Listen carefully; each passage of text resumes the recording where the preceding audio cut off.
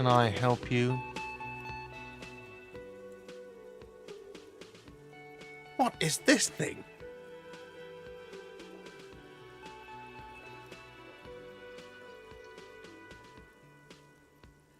What, the interior decorating kind? You know, I'm sorry. This is actually a nice bird. A competent piece of taxidermy. I can fix it to the plaque and have a new bird in the establishment, I guess. So, I don't know. Thank you. I'm gonna go with thank you. People just don't know how to accept gifts, especially taxidermy. He likes it. He likes the bird. It solves his broken bird problem. This was mostly about the fucking cardio. Massive cardio here. You'll live till 90, or you get a heart attack from running.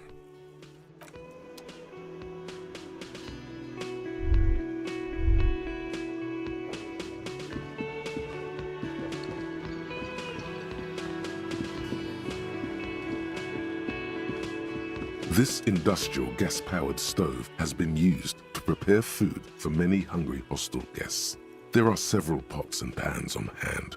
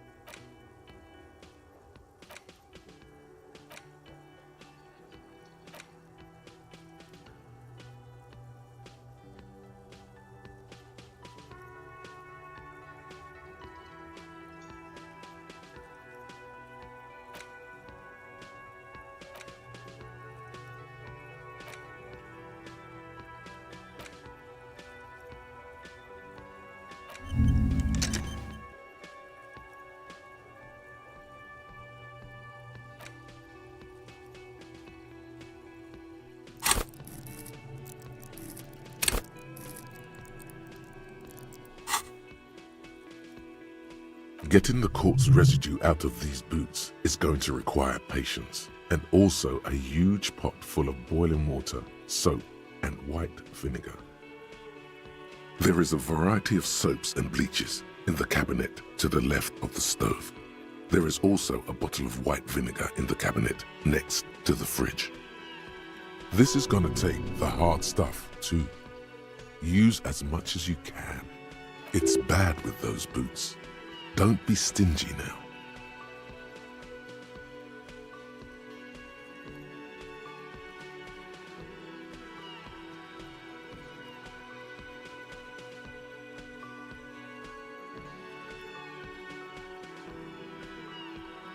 The delicious smells of cheap soap and vinegar waft up from the pot. All right now, chef, light up the stove and boil them. A commercial pot draws your attention. It's very large, gigantic even. It could be used to make enough stew to feed an entire city, and also to boil a putrid pair of death boots.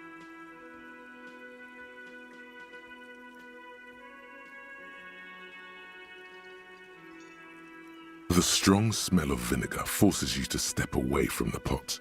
The water slowly comes to a boil. Strips of polymer fabric and human tissue separate from the lining of the boots. They float to the bubbling surface.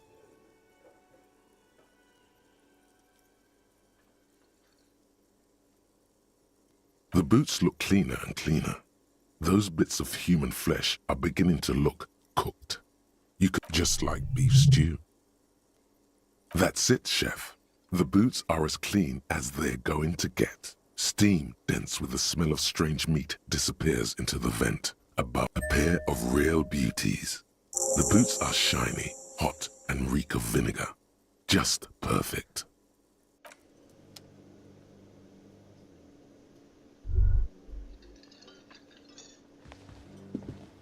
The man ponders his cooking utensils and gives you a little nod, acknowledging your presence. The cook shakes his head and rattles off a sequence of undecipherable words. He then returns to his smoking, ash falling from between his fingers. He looks up at you, then looks away quickly, shrugging and muttering something to himself. Shrugging is an international sign for, no, I don't.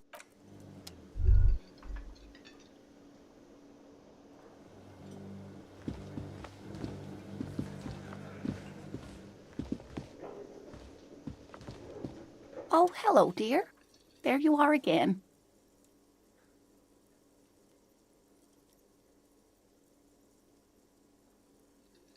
Oh, dear. I'm not sure where to begin. I hope I've been useful. Oh, dear. I'm not sure where... I hope I've been useful.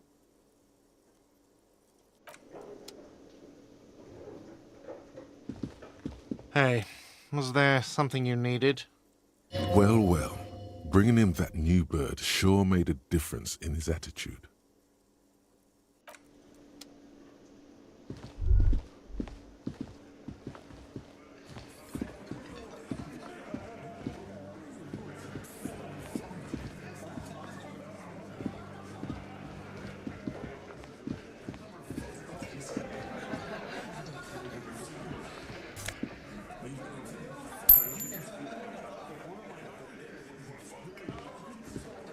Looks like the circus left town, but the clowns are still here.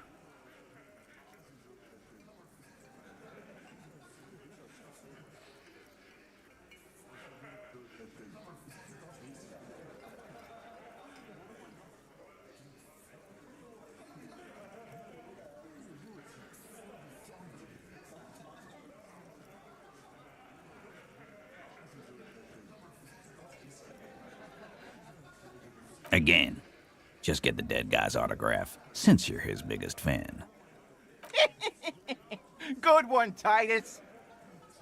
We hanged him up by his neck until he got real still.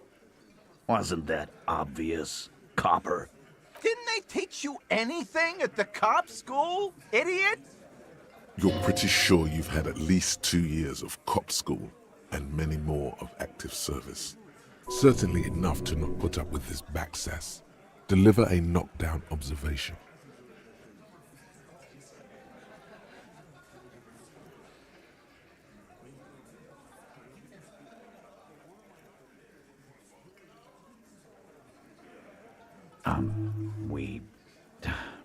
Look, I'm not gonna play 20 questions with you, Capo. I'll say it again. We killed him. Yeah, I knocked him out. Came up behind him and clapped him in the back of the head. He went down like a sack of sand. That's right, lawman. And then we hanged the fuck. Make them a bit more uncomfortable first, then see if it all adds up.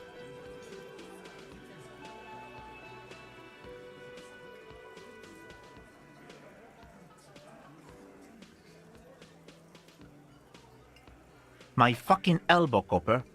Samaran boxing style. Right fucking here. Eugene already told you that the fuck had started coming to our bar. Yeah, man, weren't you listening?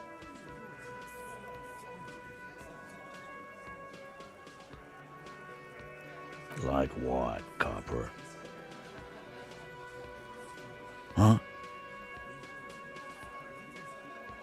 How the fuck do I know? Anyone could have shot him. Target practice, maybe. This line of questioning is over. You got the cause of death already? Hanging. If there's any post-mortem trauma, it's your problem. This will not turn into a cross-examination. This was a good move. Also, notice how Titus doesn't like her much, especially when she's calling the shots.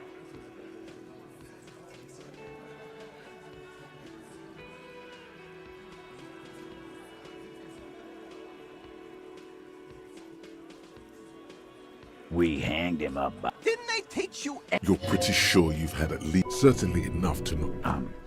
Yeah, That's right. Make them a bit more uncomfortable first, then see if it all adds up. Like what, Copper? About fucking time. You still on about that bullet? A bullet in a hangman's head. You're right, Copper. That is mighty curious.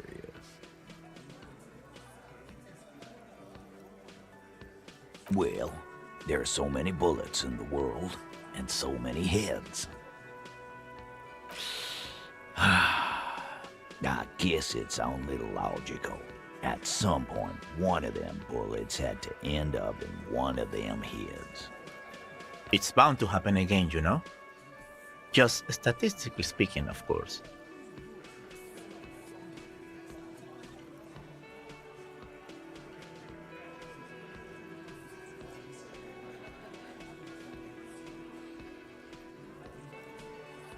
Wow! He's got it in a real evidence bag and all! Why don't you go home and log it into evidence? These men have told you what happened. Shit! I probably did shoot him. I was drunk last night. You guys know me when I'm drunk. Yeah, Glenn likes to shoot his guns when he's drunk. Better hope he stays sober. You know what I think? I think he was shot in the head as a kid, and his brain grew around the bullet. Around the bullet, man. That's a good one. They're only pretending to enjoy this. Beneath the act, they don't like you knowing this. Before, after, during, this is getting ridiculous. They told you what happened. Stop wasting your time. Never been worried in my life, Lawman. It's not like you blew it wide open, but there's a little crack in there, somewhere.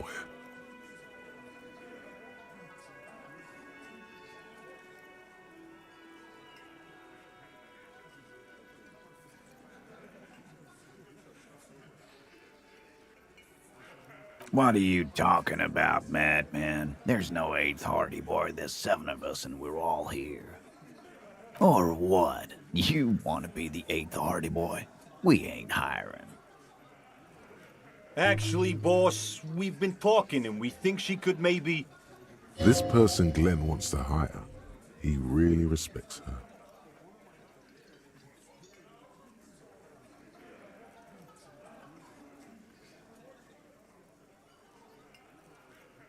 Shut the fuck up, Glenn! I do the talking here. Now what the fuck do you want, cop? It has to be good if he won't let you pursue it. Sorry, boss.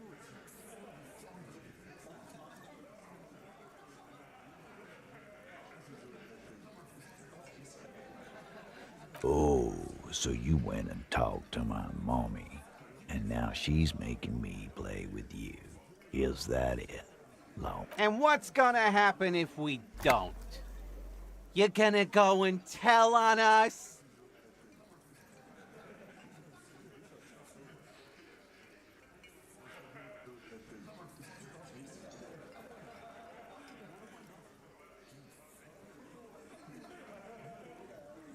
You gonna let him talk to me like that, Titus?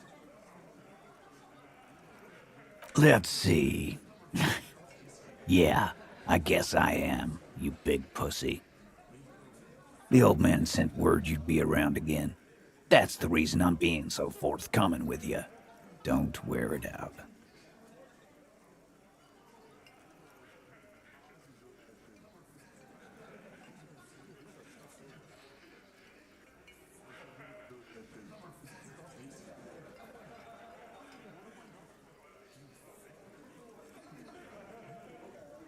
Again.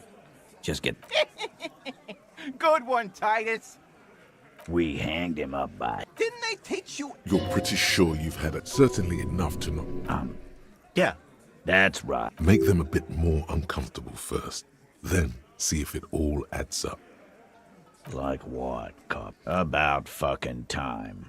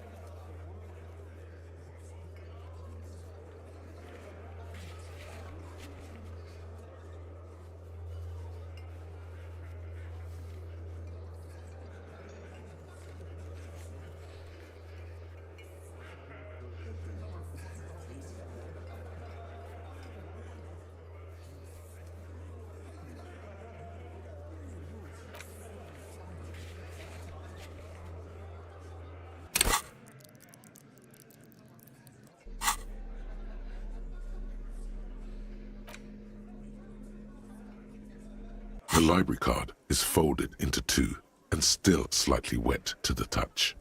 The front side reads, Central Jamrock Public Library Card, issued to Billy Mejean, expires July 53.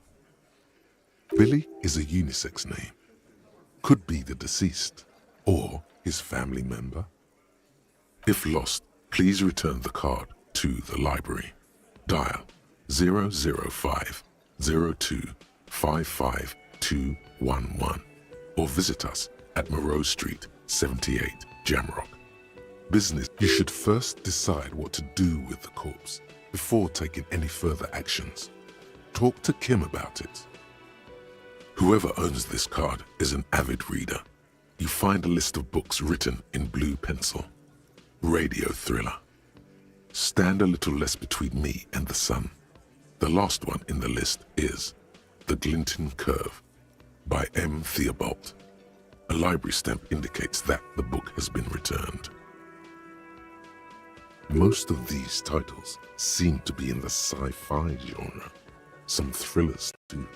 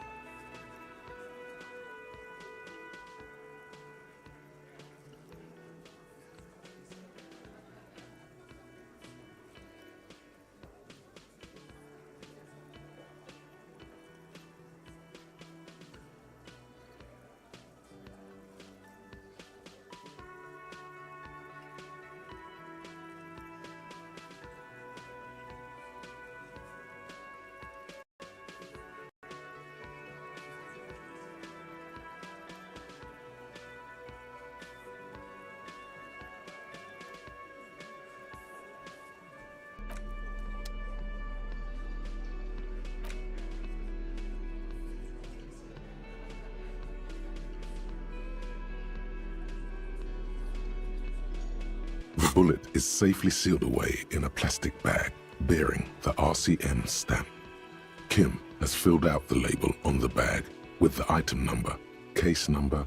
Beside his orderly handwriting, the bullet looks especially sad, like a tiny, shriveled head of cauliflower.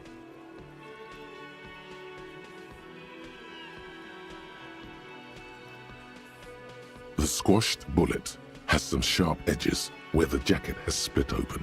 It feels cold, even through the bag. The squished little thing has no idea. I know. You should find the gun that shot this bullet.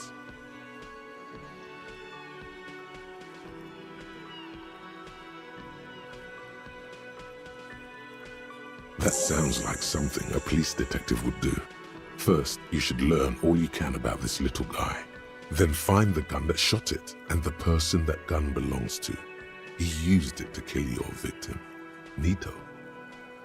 The jacket of the bullet is made of a yellowish metal. It has blossomed out to reveal a dark grey core. The base of the bullet is close to 5 millimeters in diameter.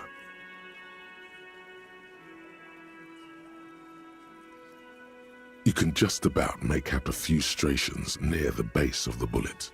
Little hairlines, linear. It feels standard. It's quite destroyed. Some of the fragments are still lodged in the wound.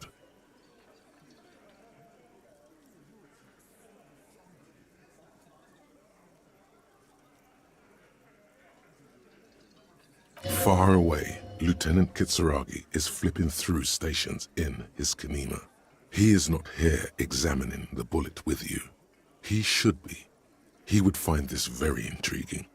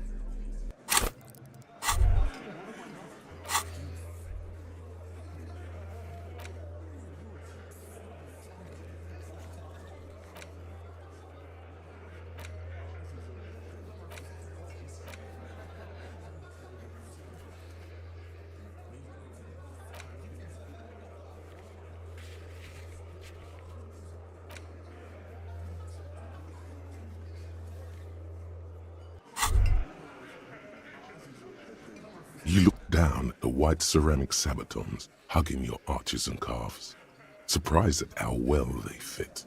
Your movements cause tiny little clicks, like dice rolling somewhere far away, as the plates reorient to your motions.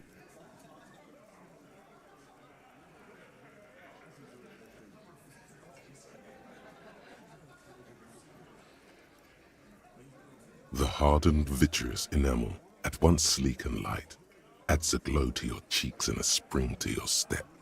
Just imagine what a full suit of this stuff could do for you.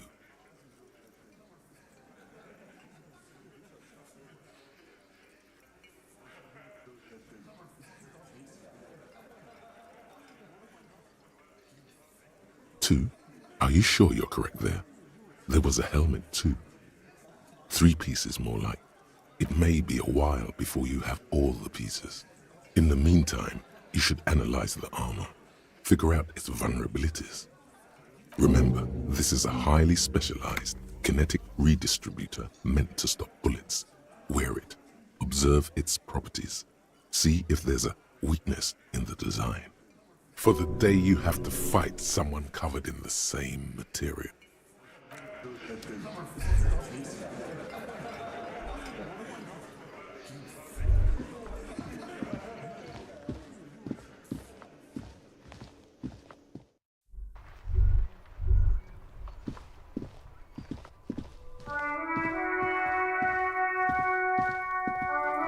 You see a set of tire tracks in the brown slush that covers the plaza mosaic.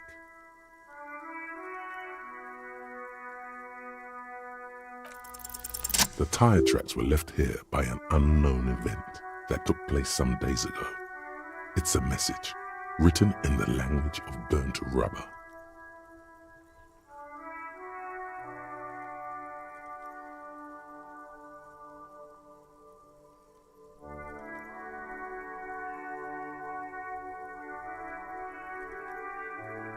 Some of that rubber stuck to the tiles right in front of the whirling in rags. This is point A. The driver started there and then accelerated straight into the fence, left a hole big enough for the Franco-Nigerian cavalry, according to the cafeteria manager. Why that pang of guilt again? The driver proceeded to back out of the yard, barely stopping before hitting the adjacent building. Before heading south, must have been in a hurry.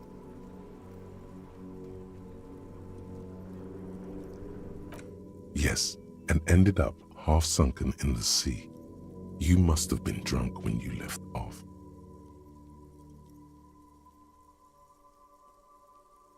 Maybe, probably, an ominous warning of bad things ahead.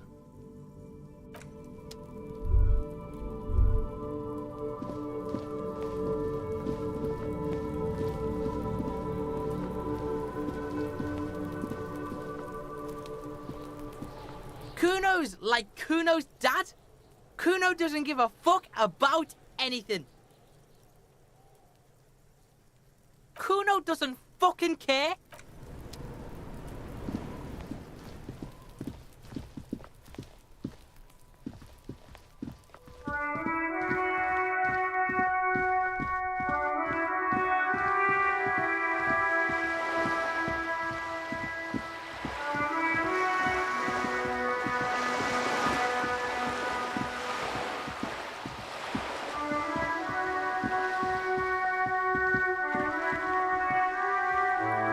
Hello again, officers.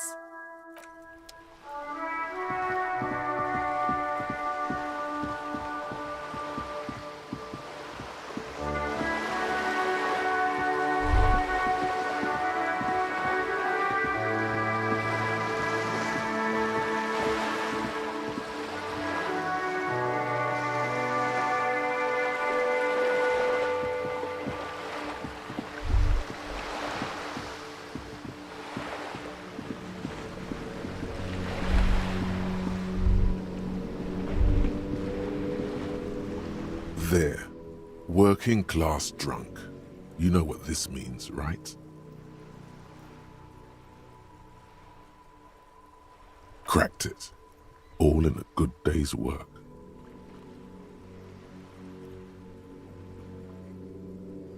What do you mean, what did I crack? Look at how working class that drunk is.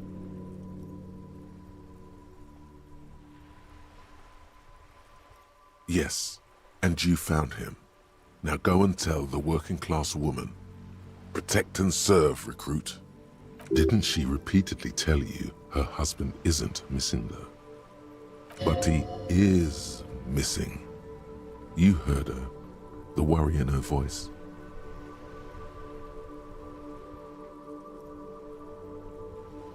There's no need for champagne when there's honor, recruit. Go and tell the working class woman what you found.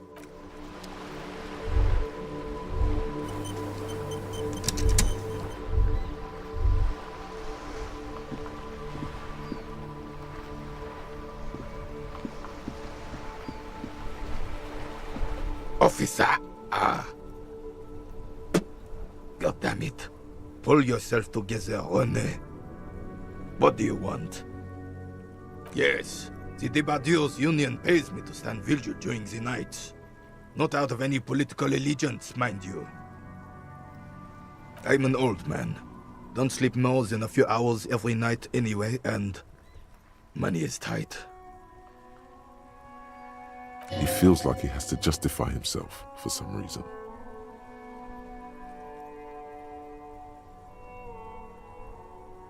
She is nobody. This is none of your concern, and I refuse to discuss my private affairs with the RCM. The lady is Jeanne-Marie Beaulieu, And she sure as hell wasn't a nobody.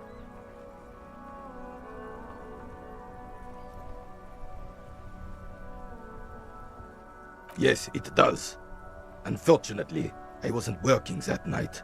Been on a 2-week leave since last Monday.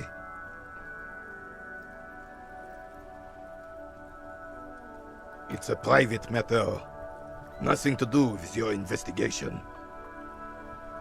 You see, officer, René is the kind of man would rather die than admit he needs medical assistance or, God forbid, seek it.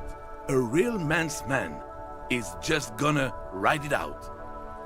I'm fine, goddammit. Mind your own business. It's nothing. Just got to cut back on coffee. It's his heart. No one. The boss has been unmanned since last Monday. There's no other guard. It's just me. Yes. It's not actually an issue.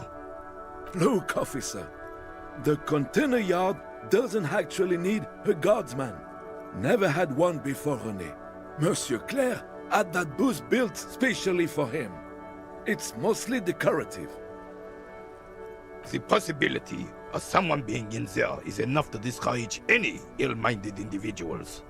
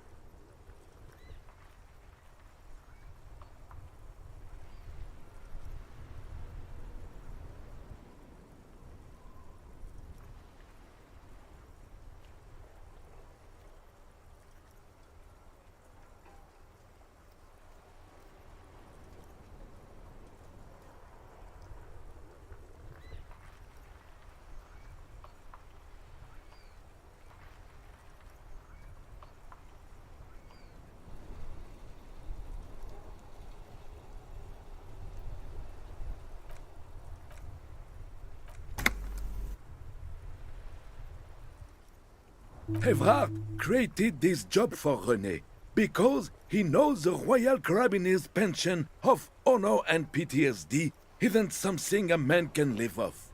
A decorated Kingsman collecting tear reflects bad on the whole neighborhood. His words.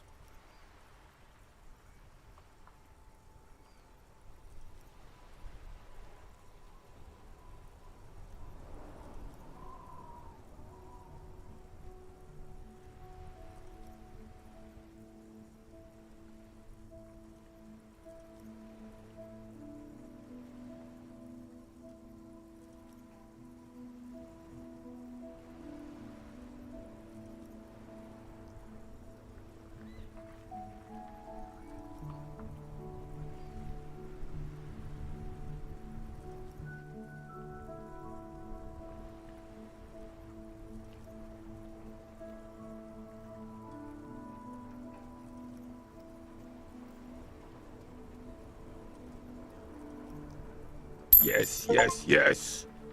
Can we conclude the topic of my guard boost now?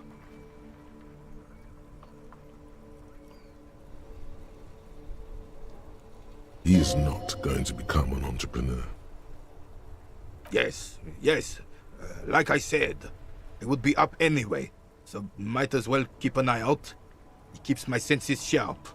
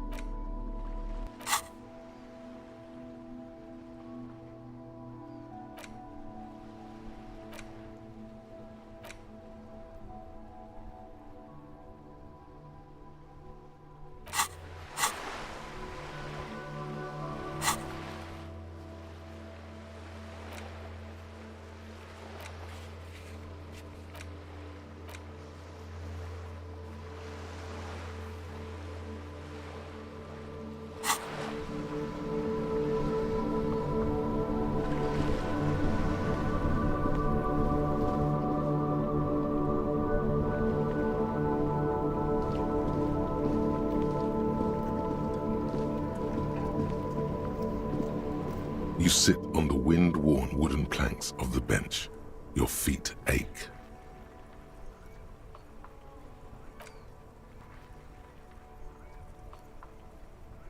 You finally stop picking your nose.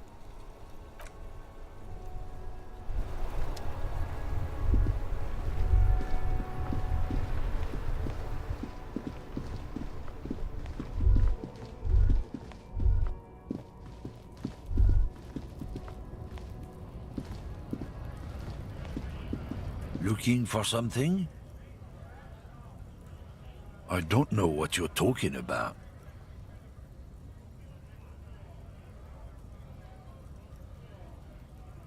Listen up, fuckwit. You don't scare me. You cubs don't run Rivachel West. You don't run Martinez. You don't run shit. You're all bark and no bite. The real dogs are up in Jamrock. Everyone knows that. No, I'm not. I'm not coming anywhere. And you're not I don't know what you're talking about. He did something. He stole his employer's goods and another honest lorryman's job. Talk to him. I don't know anything. He's been expecting this. He's really puffed himself up. Listen up, fuckwit. You don't scare me. You cubs don't run Rivachel West. You don't... I ain't saying nothing. What? Here on the street? I don't know what you're talking about. The man bites his lip and drops the near-finished cigarette lingering between his fingers. He reaches for a new one.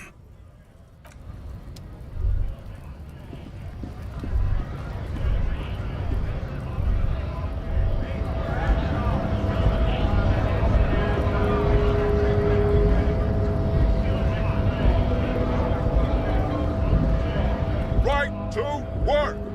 Right to work! Honest men and women with rights. We came here to help the harbor run.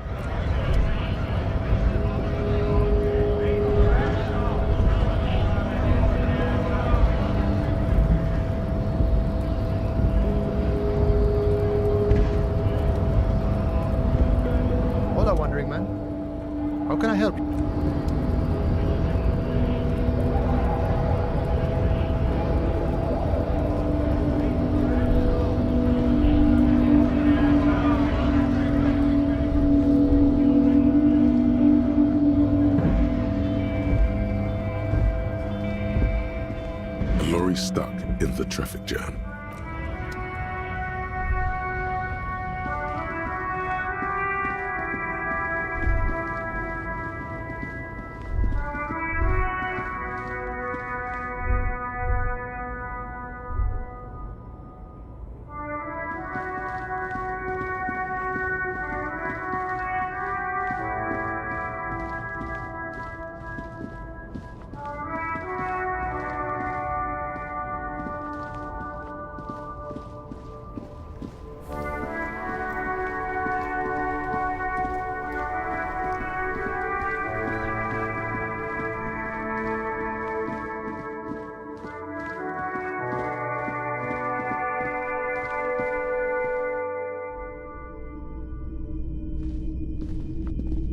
Hello again. How can I help you?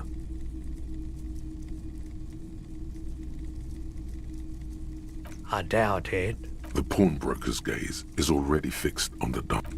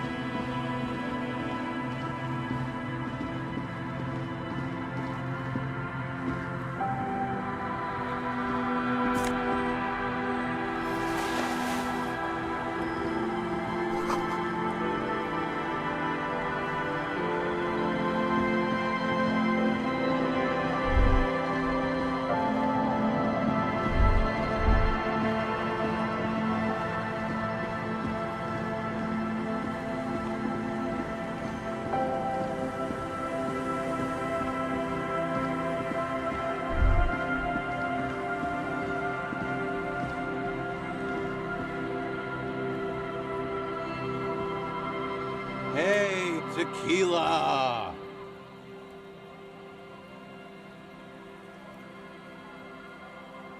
Good to see you. How's business? How's the whole reality situation treating you? So what's happening?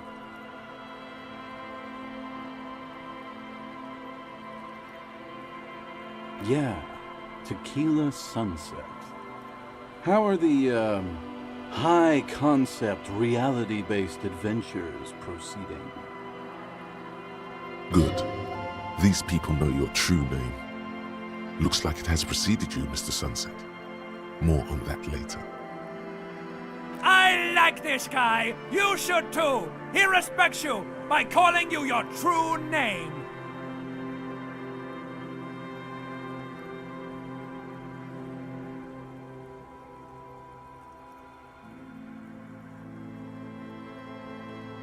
That's the spirit. I used to shape reality into my image, long time ago. Those days are over now. Sadly, things aren't going that well in Idiot Doom Spiral Land. Haven't found those keys yet, haven't won that great piece of ass back. No word from my business buddies. This guy's your buddy. You feel it immediately. You belong to an organization, a fraternity of drunks. It's you. You're Tequila Sunset. We've met before. Don't you remember? Maybe. You look like you want to know how Tequila Sunset came to be. You look like you want to hear the tale. Tequila Sunset. Something ominous there.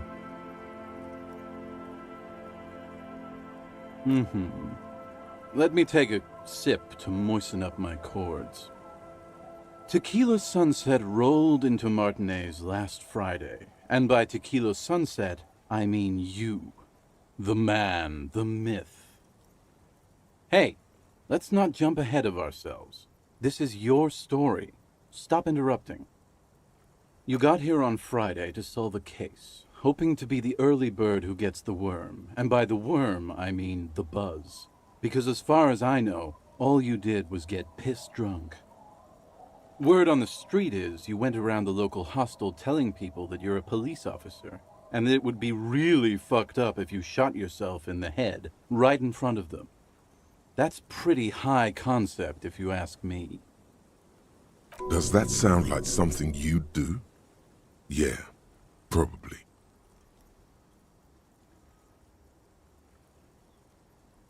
Well, the word on the street may be a rumor, but what happened next is the truth.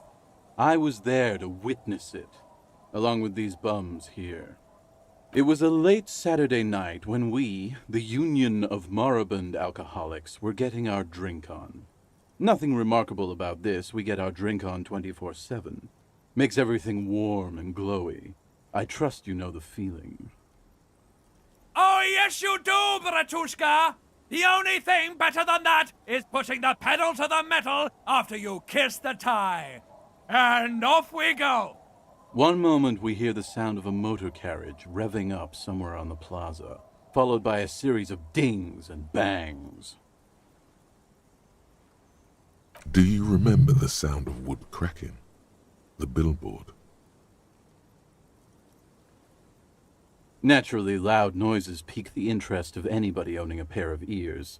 That's just the reality we're in.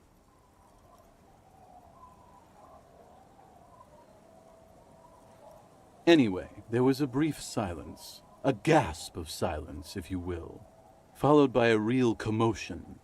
We heard the carriage careening towards the coast at top speed. Sounded like someone jumped the canal. We grabbed our brewskis and rushed to the jetty. Never underestimate the speed of an alcoholic. What we saw was a sight to behold. A beat-up police carriage containing you. Right there on the beach. You revved the engine and screamed at the top of your lungs, "The time hath come!"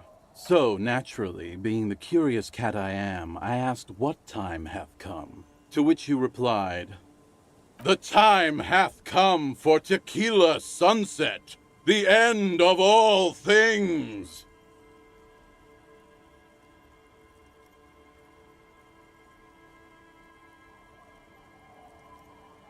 Your reality contracted. You jammed the pedal, plowed right off the jetty, and through the ice. Your hands cramp on the steering levers.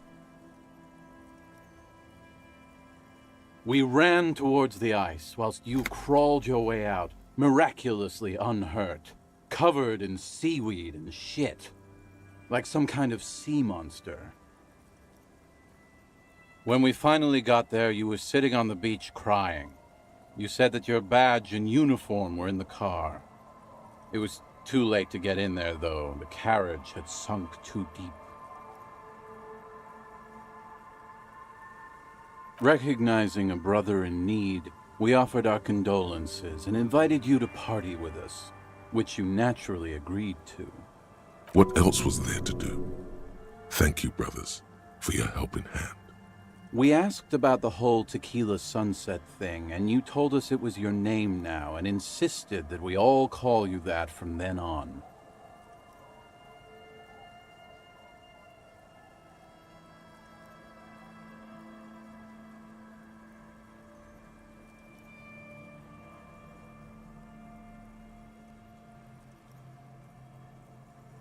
I'm not sure.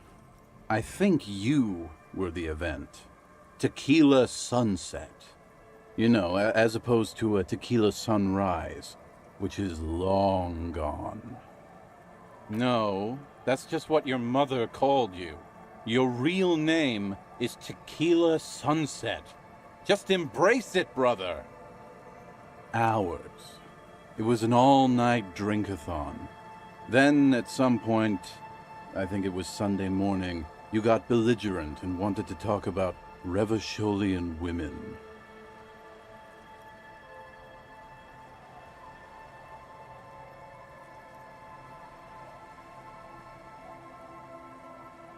How they're beautiful and also whores and so on. How one of them fucked you real bad. After a short while, you crossed the event horizon, looked sullen, got up, and left without saying anything.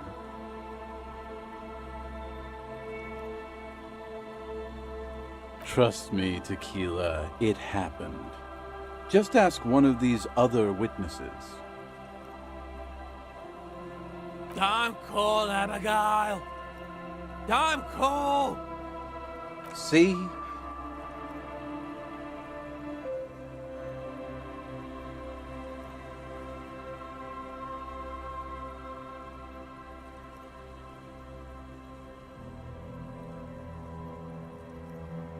You were pretty vague about it, but you kept saying you got fucked real hard, and that we've all been fucked too. Please, don't open that door. No one's fucked me. I do the fucking around here. Abigail.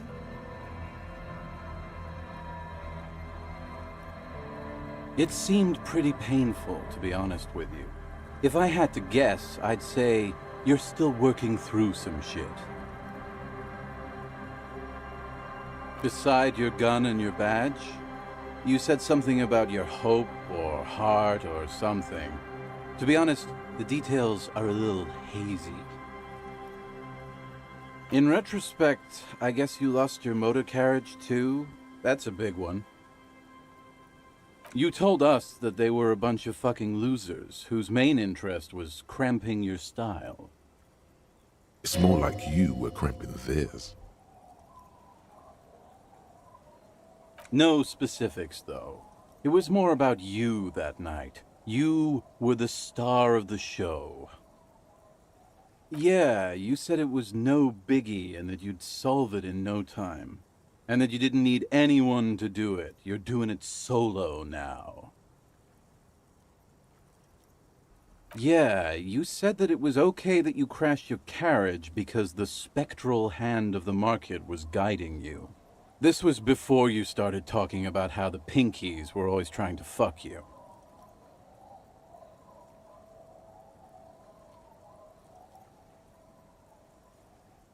You kept apologizing for being such a bad cop, and for the damage you've inflicted on everyone around you.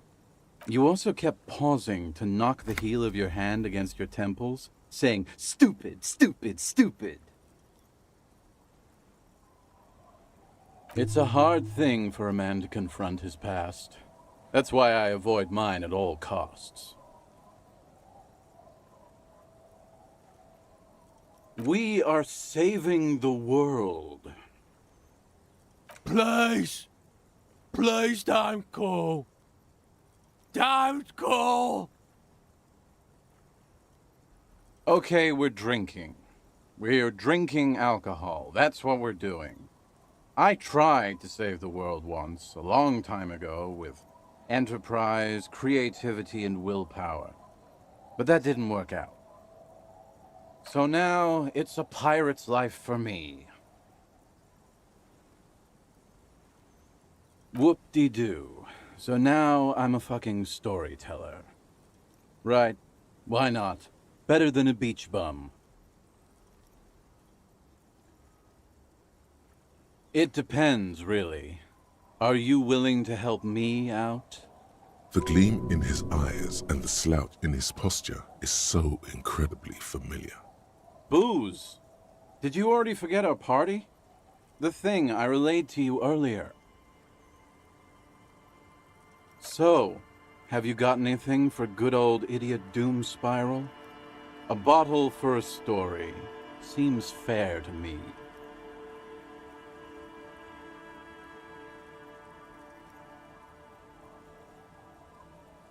In that case, I'm not a storyteller.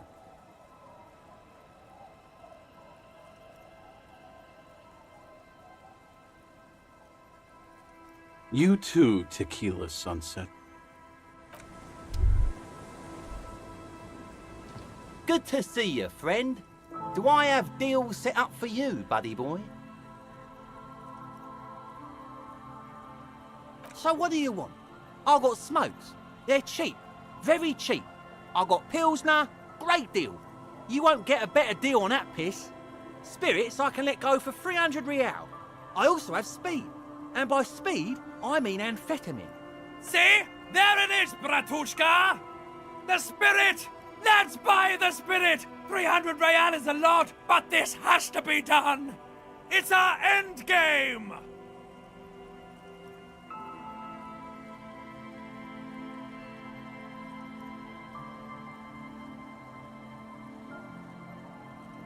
Snap out of it, Bratan! This is no time for melancholy introspection! It's time to buy that spirit! Bratan, you don't understand! It's not just another drink! This is what our relationship has been building towards all these years! This is the climax, the mystery, the virginal sigh! You have to buy it from him! Get it off him! Kill him if you have to! Our ultimate fate depends on it! And the fate of many worlds.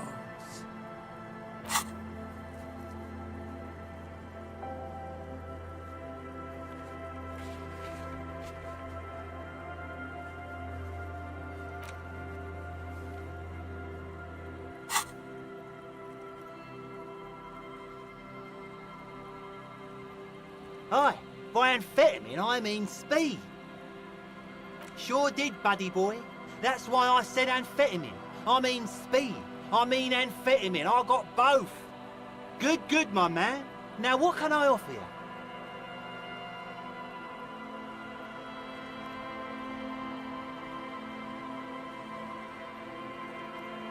In the civilized world.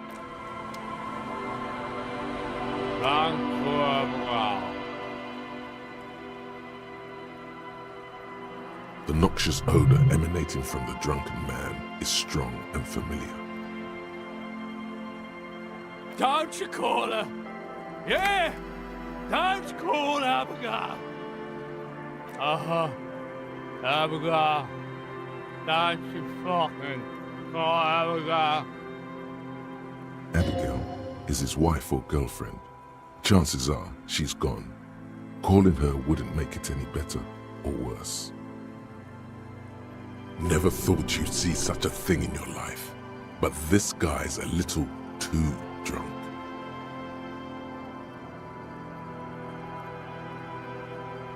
He snorts and beckons you to lean in closer.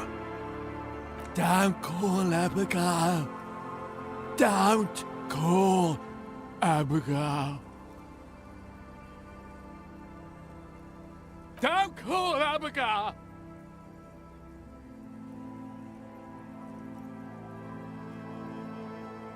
The man hiccups, then mumbles something unintelligible.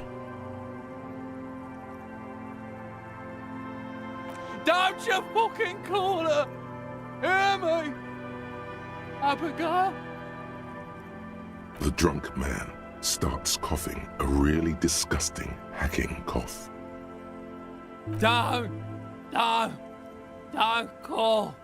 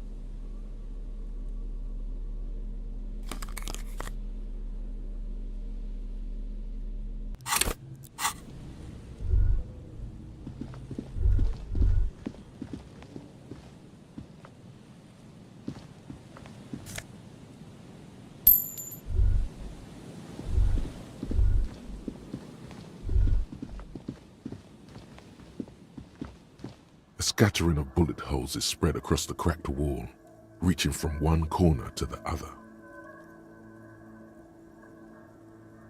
The density and spread of these bullet holes is surprising. This takes a lot of bullets, fully automatic rifle fire.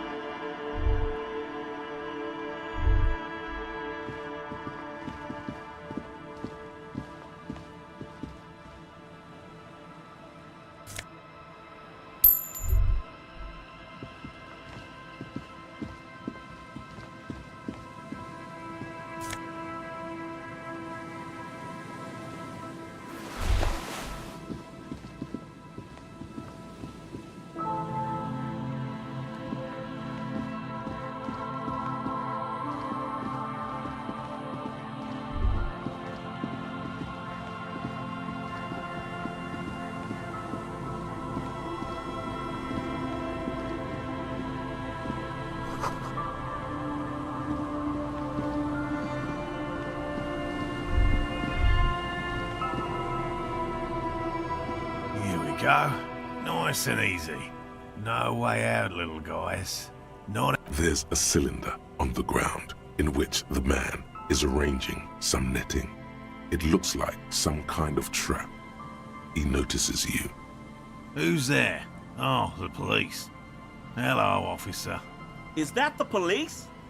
Why are the police here? Don't worry, Gary. I'll handle it. To what do I owe the pleasure?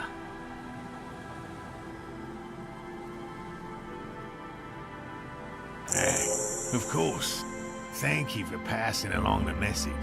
That damn water lock is broken, and we can't go all the way around the 881.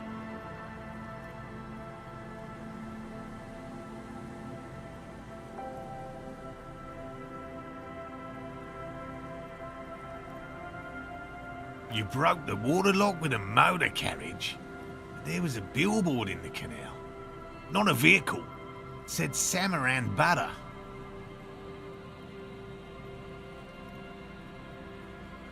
Did he say we can go back now? Yes, Gary. We can go soon. If you see Lena, tell her I won't be long. I just have to do one more round. See if the phasmid has taken the bait. Then we're going.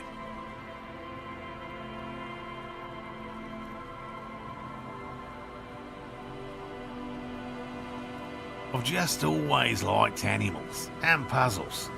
Searching for cryptids is a bit of both. He seems reluctant to talk about himself, but he'll open up if you prod a little.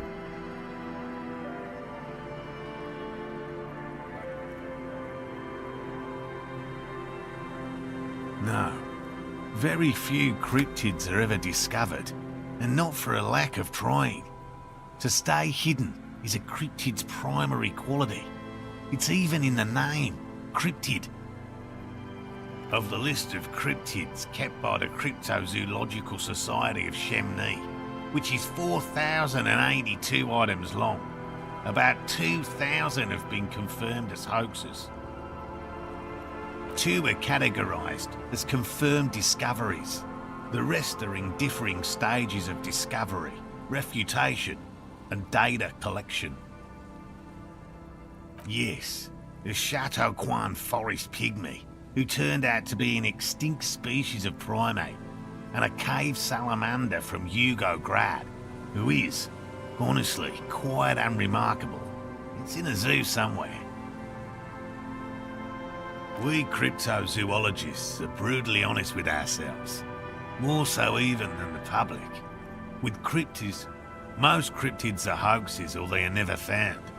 That does not mean we should stop searching. Do you know what the success rate in pharmacological research is? 0.00003% of bioreactive agents have reproducibly beneficial effects. Yet science persists in the search for medicine, as we persist in our search for new species. He has clearly done his math on this. There is no surprising him or swaying his opinion. Real. I know you think one is a respectable profession, while the other is superstition. Everyone does.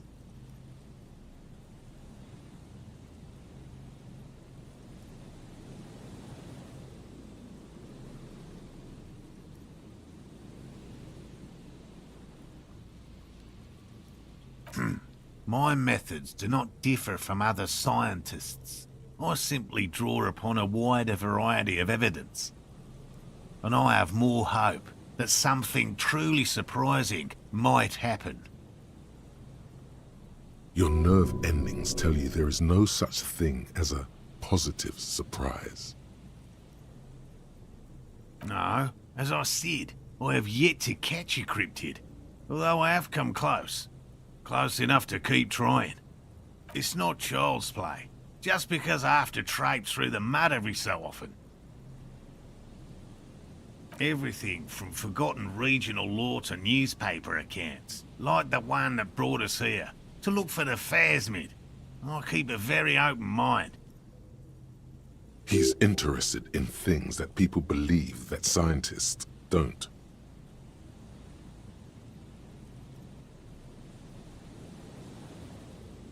Most establishment scientists only care about reputation and remuneration, not real research, and certainly not the truth. They're a cowardly lot, and both the field and basement archives can be dangerous places. Yes?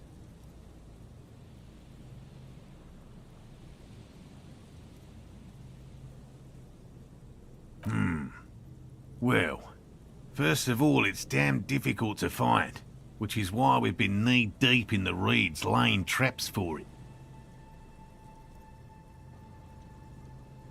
Good question. Being a phasmid of the order Phantasmodea, a ghost insect, it disguises itself as plant matter. In this case, the reeds. Awful lot of reeds around, aren't there? And I suspect it may have also developed other specialised techniques to protect itself from predators, or scientists in our present case. It's my hypothesis that it has evolved certain electrochemical defences that allow it to interfere with animal perception, impeding pattern recognition, confusing the visual cortex.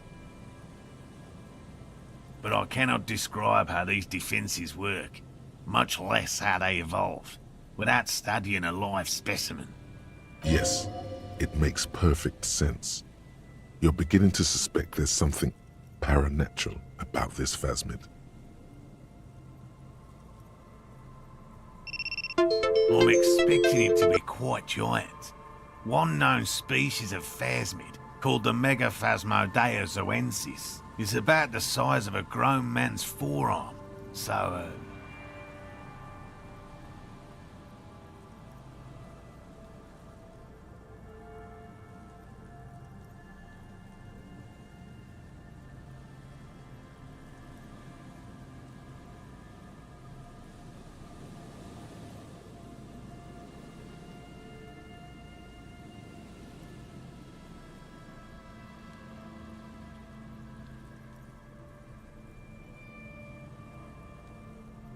Seems puny, to be honest. typical rookie assumption. Insects are much more sophisticated creatures than those unversed in zoology give them credit for. Even simply catching a glimpse of the Insulindian phasmid would be the apex of my, of any, cryptozoologist's career. But to study it and its defences, find out how it stayed hidden so long, would be glory itself. Very little, I'm sorry to say. No one's ever captured a specimen, so all our information is based on first and third-hand accounts. Not yet. That's what makes it a cryptid. I know it's real.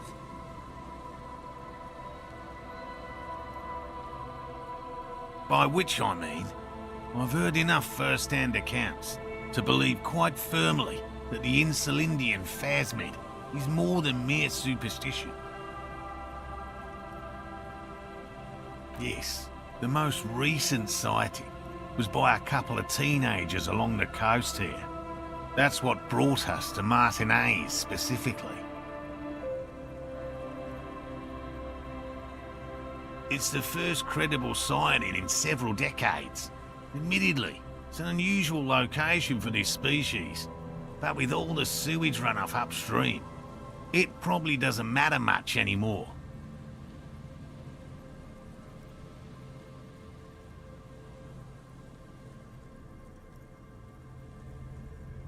I have to resist the thought. Such an extraordinary creature is doubtlessly highly resilient. After all, it's generally thought to be capable of parthenogenesis. Yes, the females don't need males to reproduce. Makes it easier for a species to survive in adverse conditions.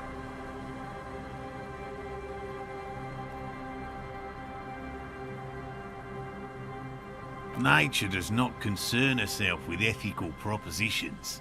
As a scientist, my interest is strictly dispassionate. Well, they may not look impressive, but Lena designed them quite cleverly, so I'm sure they'll do the trick. Yes. Simple. Attracted by the locusts, the phasmid crawls down the funnel and, having eaten its fill, can't get back out. At least, that's the intention. The net isn't a perfect solution, but we didn't want to use anything that might damage the specimen's delicate exoskeleton. Locusts. Nearly all known phasmids are herbivores, of course, but we've hypothesized that the Insulindian phasmid might occasionally prey on other insects. Inside the traps, a number of locusts crawl and tumble over one another in a tiny, chittering swarm. A meat-eating stick insect? Does it pretend to be the reeds as part of its ambush behavior? This seems unlikely.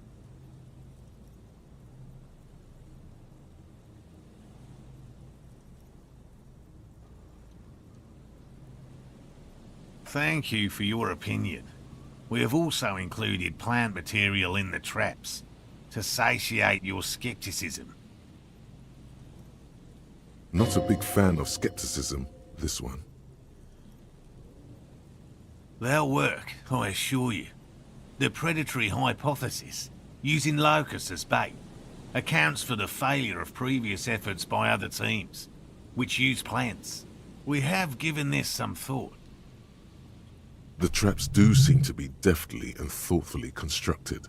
It's clear the cryptozoologist's wife knows what she's doing. Yes. What? All right. What cryptids precisely? I usually discuss these things with specialists, so I don't know what...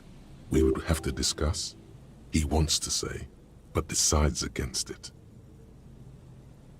You need to ask him about specific cryptids. Cryptids you've heard about from Lena, or his friend Gary. He won't just talk.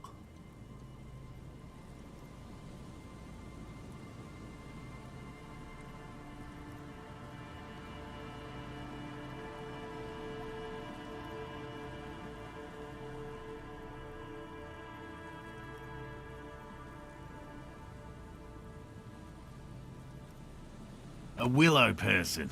It's a long story. One non-specialist would find rather dull. Willow people? Not at all.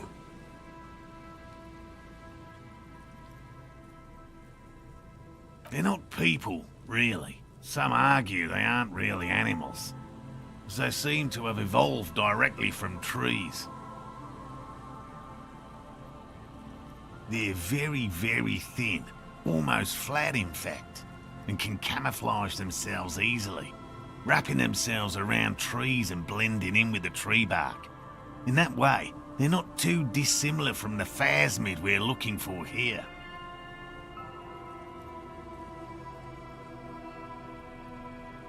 You probably have.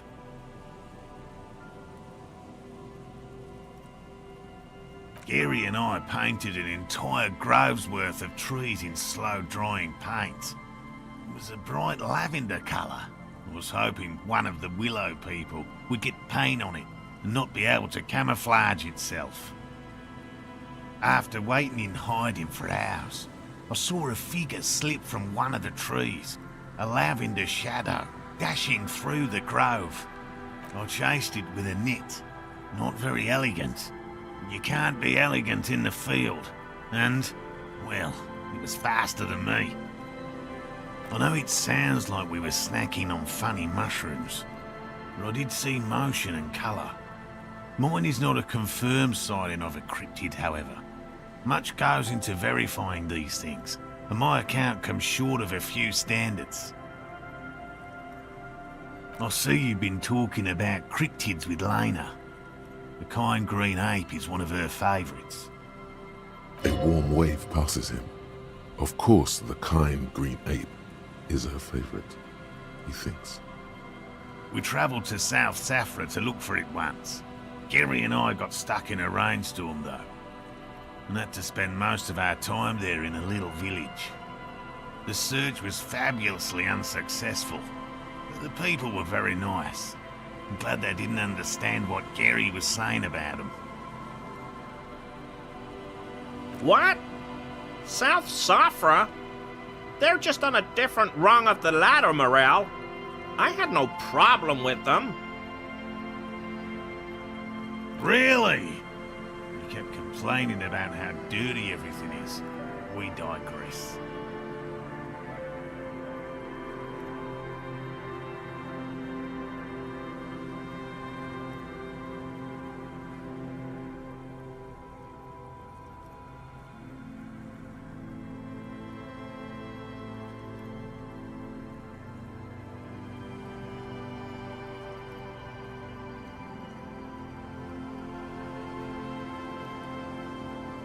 They're a nascent culture. I just didn't feel comfortable. And let's change the topic, okay? Talk about your critters, or whatever. Yes, back to cryptozoology. You don't want to sow disagreement between friends.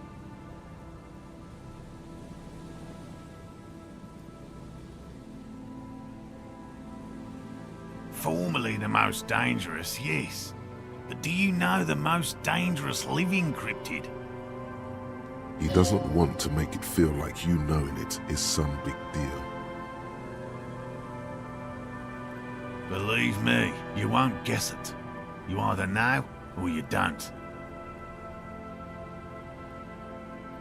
The most dangerous cryptid is a carnivorous ruminant, known colloquially as the dread moose. Yes, the dread moose subsists entirely on flesh. It has even been known to dig up fresh graves in search of sustenance. Just like an ordinary ardent moose. You can't. That's what makes it so dreadful and hard to identify. A moose that looks like any other moose. What's going on here? He's kidding, right? The bodies found in the forest are just one piece of physical evidence. There's more. The recent surge in the moose population has hidden carnivores. The dread moose are effectively removing competition for both themselves and their evolutionary cousins.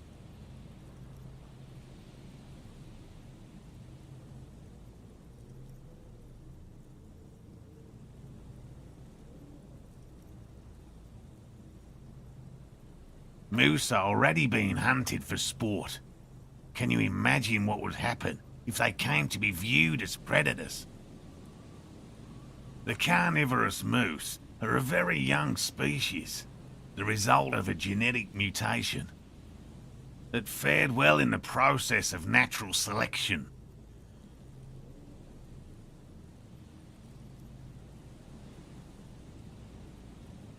It makes sense that such a majestic animal with natural weapons, antlers, would come to rule the forest. The only strange thing is that it took so long.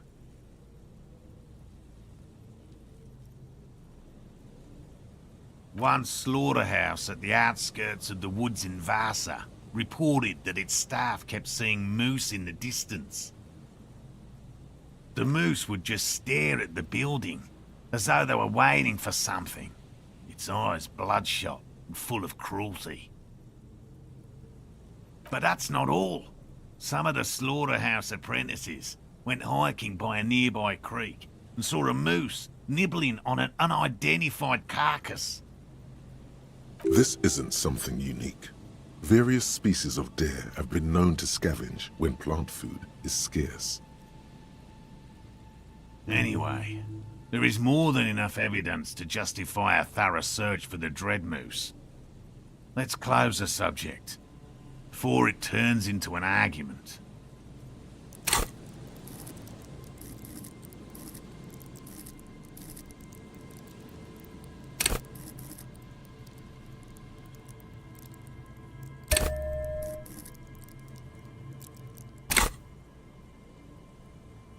Here is a man who has had more than its fair share of heated arguments, and would, surprising as it may seem, prefer not to have any more.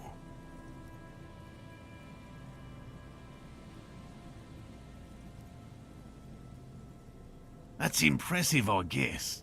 But have you seen it with your own eyes?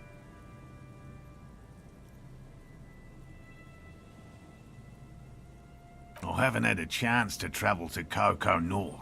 No, and I likely never will. The Samaskill desert region has been embroiled in a small civil war for the last 8 years. I fear this mindless barbarism may have wiped out the elusive creature entirely. Sightings of towering luminosities have grown rare recently, while they once used to be constant.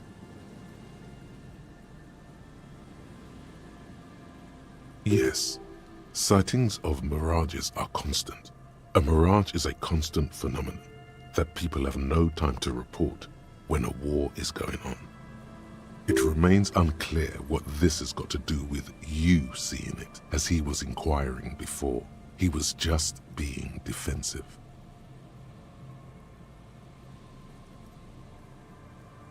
Oh, everyone knows about that one, thanks to Professor Mijanu being the talk of the town for a time.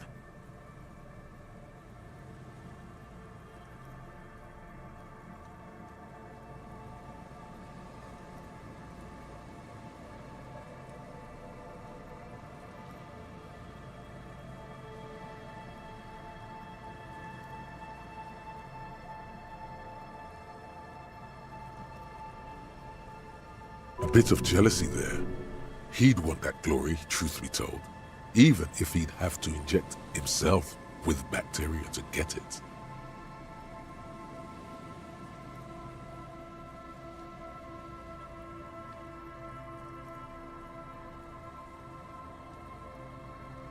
Although, probably because her life ended as a result of her work in Gutler, no one remembers her contributions to the search for the Nong-Ok. A flightless cursor owl found in the Seminine Isles. Its long legs permit the Nong-Ok to run faster than any other avian, perhaps any other animal, who knows.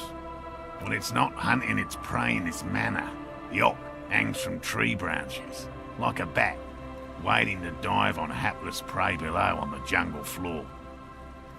Mijanu liked extreme animals, you see. One of the few figures of the academic establishment I respect. Really a shame she disappeared. Oh, decades ago. In the 30s. I didn't know her personally, of course. The chasm of academic pretension still stood before us, even though she had unusual courage for someone from the other side.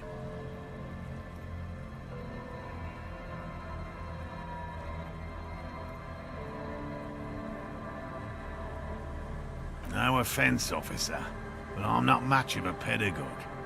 I don't know what I would have done if Lena hadn't persuaded me to go back to field research. You should ask her if you want interesting stories. Me? I'm not a people person, unless you haven't noticed. And I don't make a good lecturer. My strength lies in field work and persistence.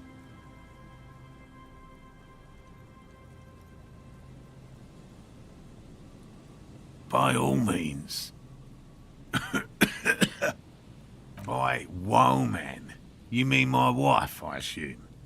I will return to her, but I can't leave before we finish with these traps. My wife understands that just as well as anyone. Come on, Morale. We've been soaking out here for days. It's time to go back. And leave the traps? Absolutely not. I won't let Lena down.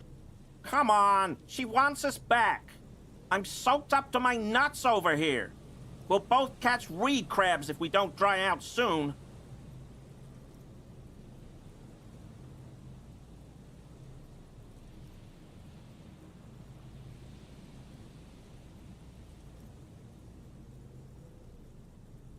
Of course it's important to her. She's seen it. A verified sighting, on record. One of only 4 this century, and it's hers. Yes, that's how we first came to know one another, in fact. But that's her story to tell, not mine. Needless to say, you must ask her about the mysterious phasmid. Suffice to say, it's long been our dream to find proof of the Insulindian phasmid together. I can't abandon course now.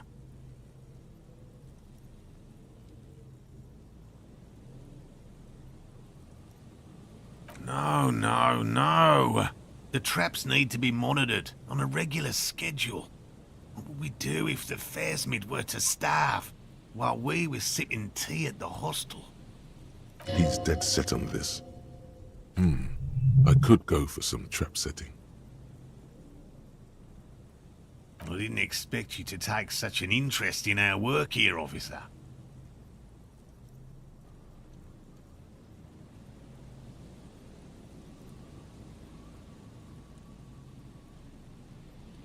Yes, indeed.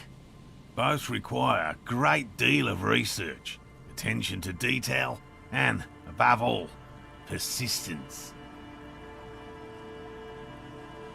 There are 4 in total. One is to the south, on this little peninsula, by the boathouses there. It's very near. Another we set in Land's End, to the northeast. It's behind a small sand dune there, on your way to the old radio tower, after the church. The third is set near the canal, where you crossed, by a concrete slab. A big thicket of reeds going up the slope, and among them... You should check at least one of those before returning to this one, since I just said it. This one's more of a technicality, but still, better safe and stupid than sorry. Bring it to me at once. Just make sure the trap is closed tight. That's highly unlikely, officer. But in the event you do, I'll spray you with a pheromone mixture I developed.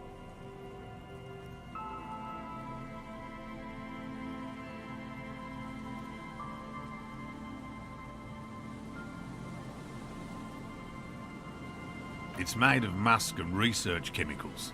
The pheromone should attract the insect to you, or at least prevent it from bolting at the sight of you. It's quite potent. Will last you about a week.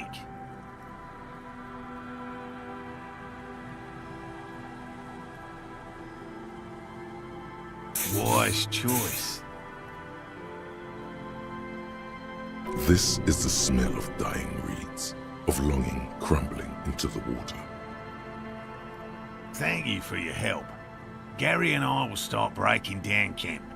If you have any more questions, now's the time to ask. Finally, you're being sensible. I'll start packing right now.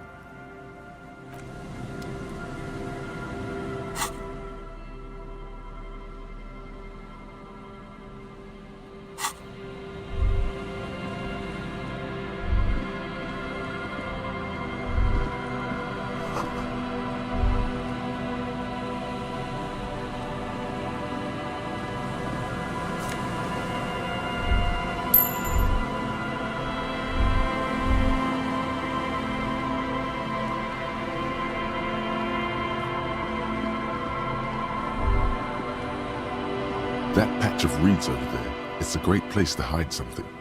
Kind of out of the way, being so close to the water.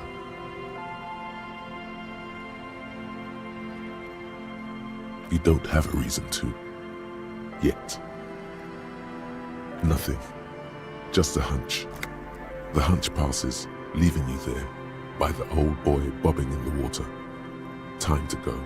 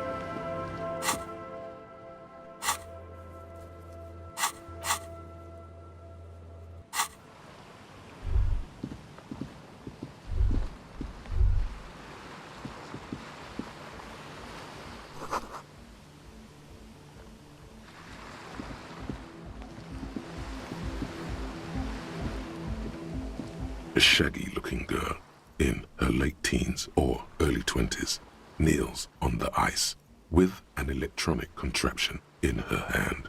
Hearing you approach, she looks up. Oh, hello there. It's cold out here, but she's not wearing a hat. She must be freezing. Everyone knows drugs make you invulnerable to cold. You bet this one likes to party.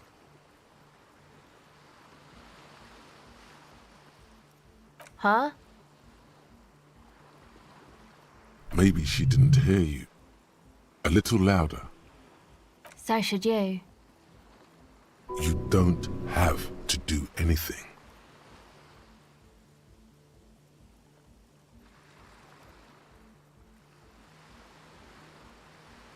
Real cool. Way to abuse that power, man, she says, thinking you can't hear her.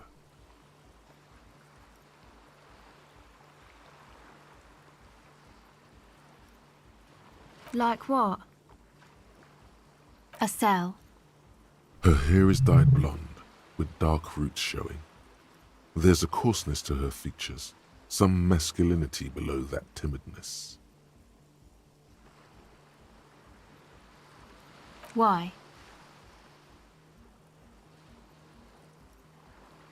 Okay, it's Burger.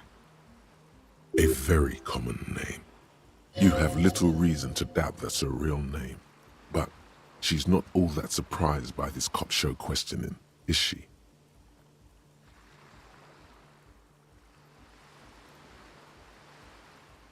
This is a portable recording device. It's for field recording. Low quality, but still. Actually, just one wire. I picked on it till the braiding came loose. The wire leads to a contact microphone. A contact mic records sounds from inside things, like this ice. Nice. You could maybe bug someone with it. Wiretapping.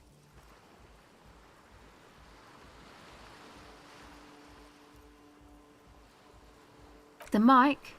I don't exactly know. Somehow it doesn't pick up vibrations from the air. The book said it only picks up structure-borne sound, if you like technobabble.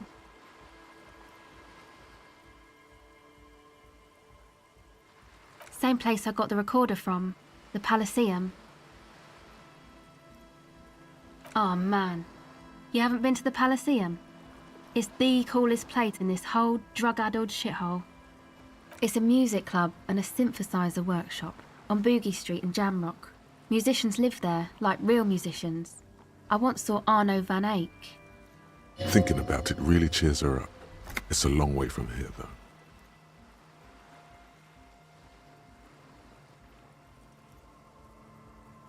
Oh yeah, guess you wouldn't know Van Eyck, or really be a Palaceum going kind of person.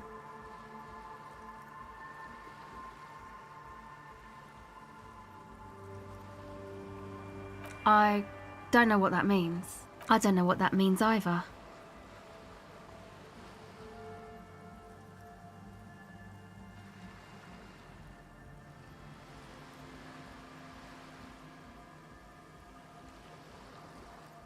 That's cool.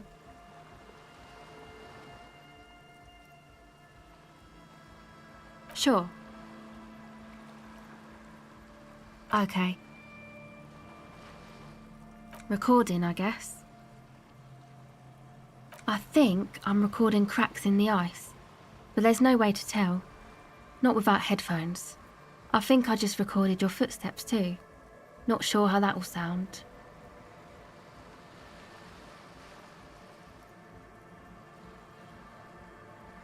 My boyfriend sold them. I don't know, man. Things. Just stuff you need for life. Everything checks out, sire. The musicians in the Palaceum used them for making music. They looped the stuff, cutting the tapes together. They make music out of cracks in the ice and keys jangling. Crazy sounds like that. It's hard to explain. Anyway, I thought I'd make some too. It's supposed to be, like, a music place anyway. I don't really know what I'm doing. They use synthesizers too. I don't have a synthesizer. She looks at the recording device, the thing she thought would fill her hours with joy and escape. It's turning out to be an empty fantasy. She feels childish, very useless all of a sudden.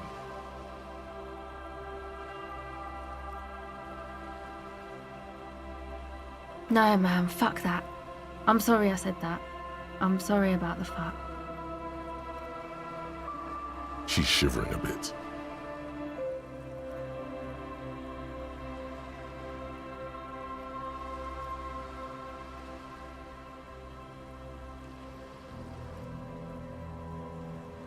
That? The boys think it could be a place, like the Palaceum or something. Stupid. It's really not going to be a Palaceum, that's for sure. Yeah, Andre and the guys, they're inside, in the tent. And why is that? They got too much stuff crammed in there, no room. Music stuff mostly. Like this tape recorder, but bigger. And there's piles of it. That stuff is more expensive than I am. More expensive than any of us, really. Doesn't matter, I can take the cold. Yeah, maybe you were right about the hat. Go ahead.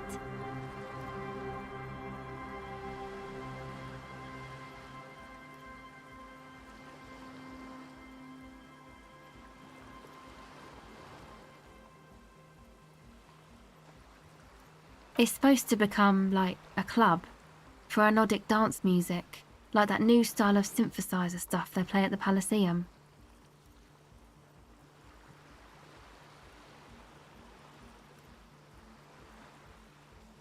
Except that, yeah.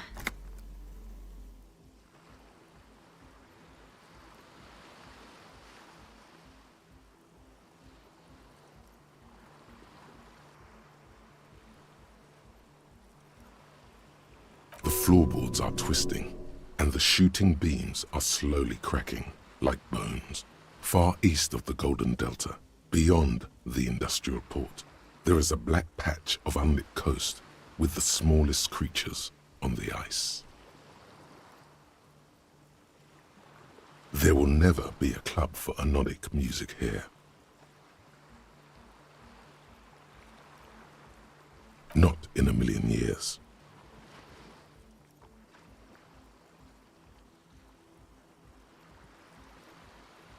I know.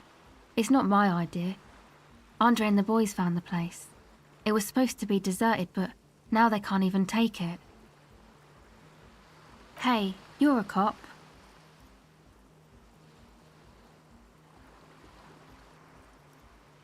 Okay, well, maybe you could talk to Andre and the guys, because there are some strange things going on in that church. If you're police, you should look into it, right?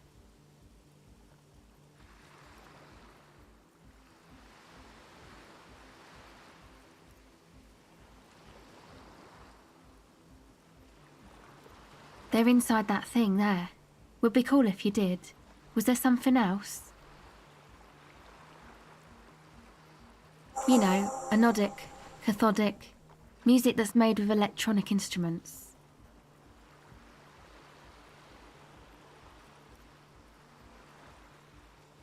Synthesizers and tape consoles. Microcomputers too. Anything that uses electricity, but isn't guitars. Also found sounds, stuff like that. You see clear, beautiful, violent flashes of light. Light cutting through a smoke-filled darkness. That is what the future will look like, if it ever comes. Go ahead.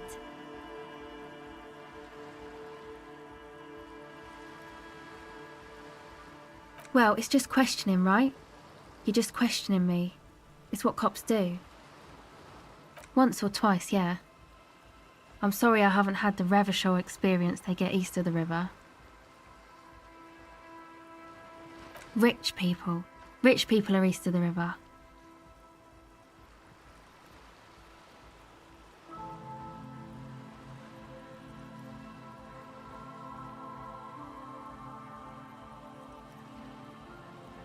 Oh, they are, and I'm scum. Oh, but I am.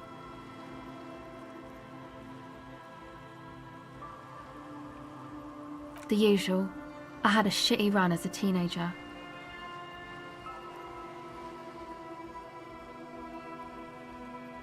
You know, drinking, getting into fights. The ugly stuff that happens when you move out your parents' place at 13, in Forberg. Interesting term. Time to glean some knowledge. Is this a rhetorical question?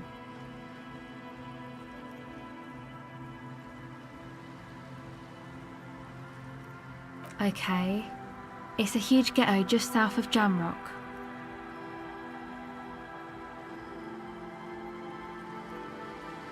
Come on, man, we're in it. This is North Jamrock, Martinez, sort of. The technicalities are confusing. My dad was a drunk. Plus, I guess I just wanted to drink too, you know, get my party on.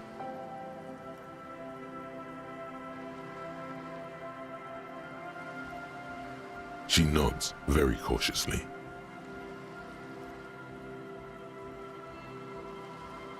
Okay, bye.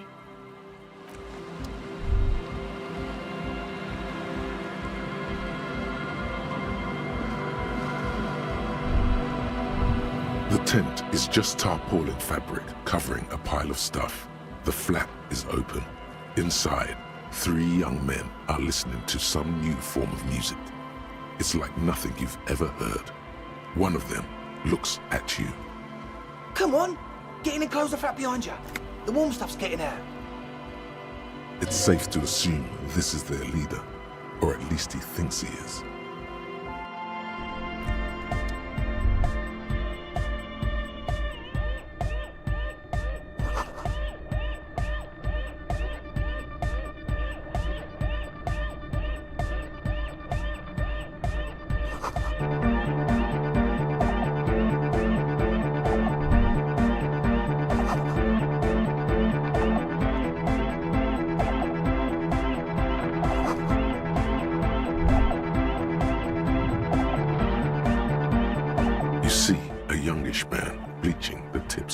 Hair with a toothbrush. He puts the toothbrush down and extends his hand in greeting. Hello, I'm Andre. It's a pleasure to meet you. His grip is strong, sweaty and warm. He's trying to project and inspire confidence. This is my posse, Noid. The young man with earrings looks at you suspiciously. An egghead. Egg!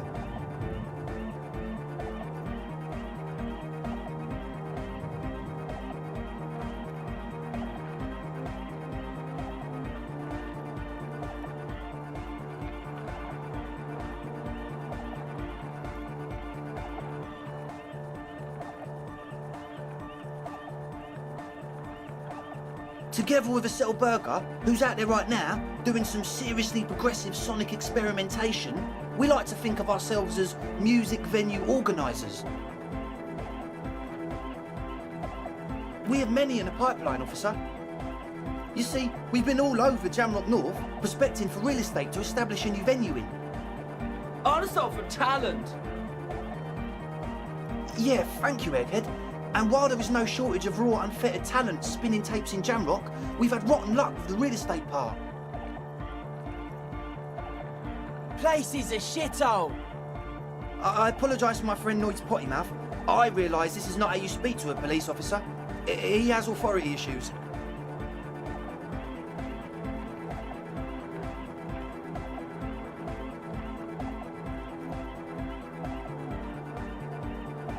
Which brings me to the problem of occupied ecclesiastical property. I bet you've noticed the derelict hive of narcomania on the coast. I'm talking about the church, and I'm not exaggerating. Even a place of spiritual refuge can become a magnet for all sorts of dopeheads and burnouts if left unattended.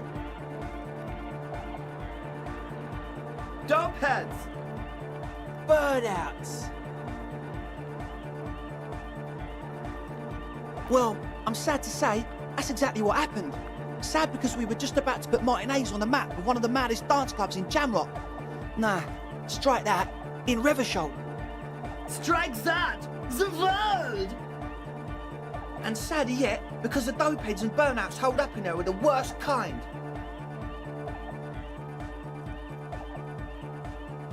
Good. This calls for an opinion.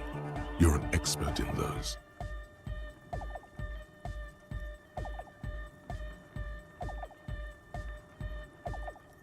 Yes. And the worst part is, they're also spooky. You know, officer, you really should judge that for yourself. But keep in mind, their spookiness is the kind that keeps us from restoring this church into a community centre and a place of spiritual refuge. Also, they don't eat or clean the building. Shit's gonna collapse. People just want to spin tapes without them spooking it up. Place has bad signs. No one can dance like that.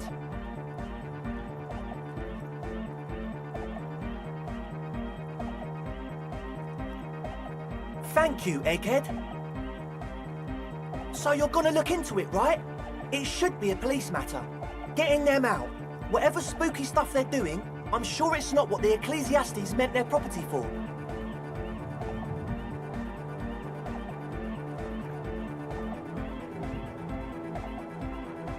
All right, man. Andre's obviously very happy you took him seriously. The whole tent is. The boys exchanged giddy looks.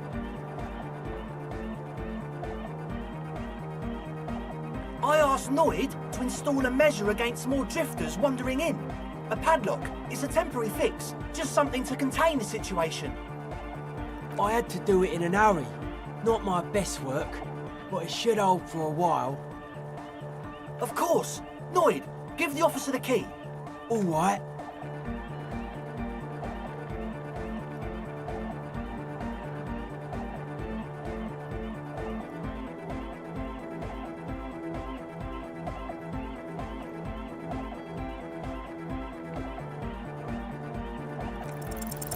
It's as if time has frozen somehow.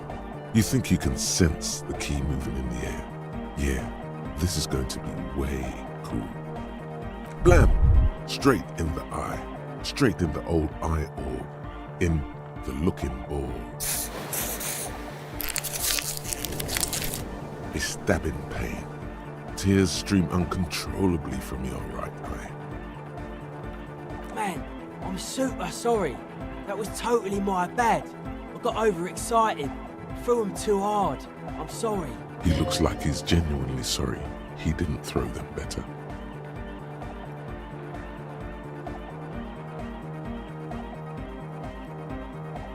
I really am sorry, man. Just take this, okay? Wow, looks like there's quite a lot there. The key? He is shifting in his spot, uncomfortably, still feeling sorry for the mishap. We were talking about the padlock, I think.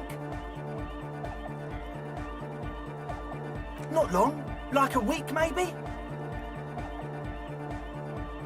I'm super sure they're alive.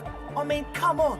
I'm at least 90%, maybe 85% sure they're still alive.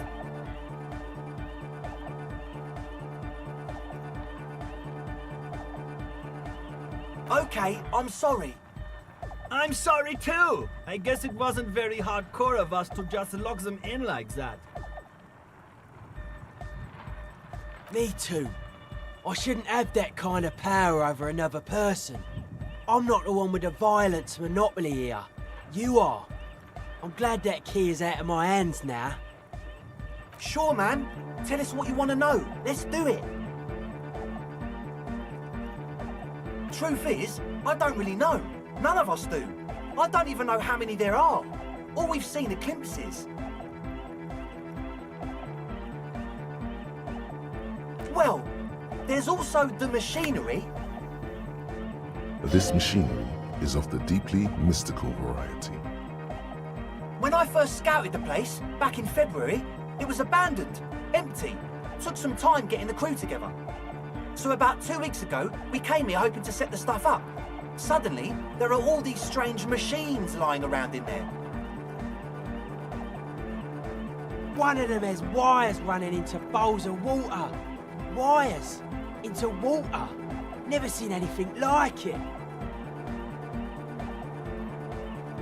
Andre, tell him about the feeling. Oh, and it felt like there was something in there with us, watching us from the dark. No, the other one. Which other one? I'm not as in tune with my emotions as you are, Egg. Felt like silence. Awful silence. Not exactly. We've just seen someone who we think is a woman go in and out of the church. A couple of times. And we felt someone or something eyeing us inside. But that's kinda it.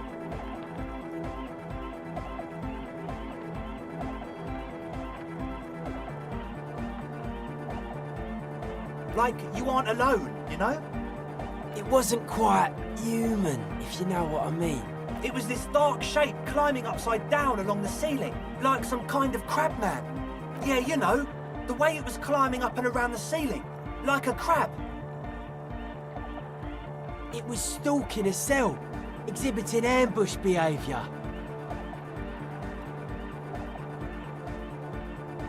Crab man! Yeah, totally. I mean, I didn't personally see it. A cell was alone that time, but I believe her. If she comes out running and says there's a crab in there, there's a crab. You should ask her about it, but be nice. Don't tell her you don't believe in a crab.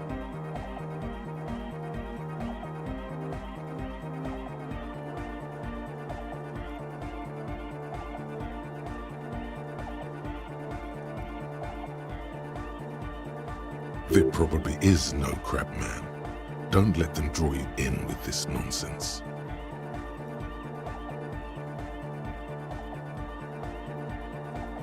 Well, honestly, I can't, but I am.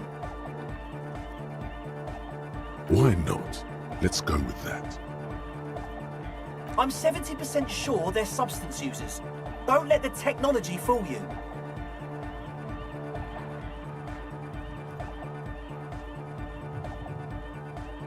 You should talk to Noid about that.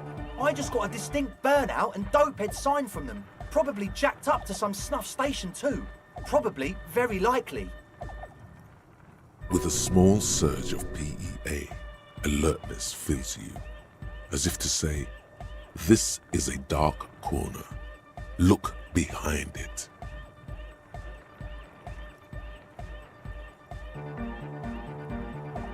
It means like one of those rich boy private radio stations, where you can listen to people getting killed on, then jerk off to it. Sick shit. Not that we would know anything about that. Noid just likes to relay stuff.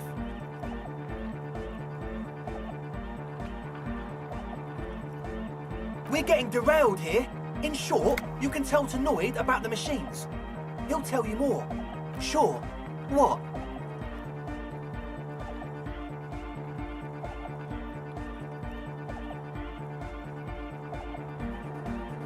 Oh yeah, that's a meteor and name for the founding party. Thought it'd be cool to use it. You know, of Meteo. Concerned, yes? As always. A young man with peroxide blonde hair holds up a Harman Walshi tape player, nodding along to the music. He looks at you with a knowing smile and says, as though you're supposed to be sharing some tremendous evangelical secret. Hardcore! It's hardcore! Skibbity, skibberdanger. I am the rearranger. Your cop training did not prepare you for this. What to do? Could there have been a right way out of this garden of forking paths, you think?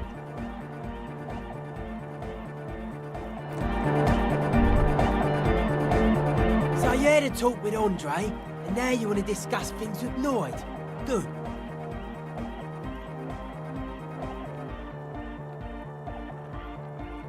It's good you talked to Andre first. Gave me time to get a reading on your sign. Can't really talk to people before you get a reading.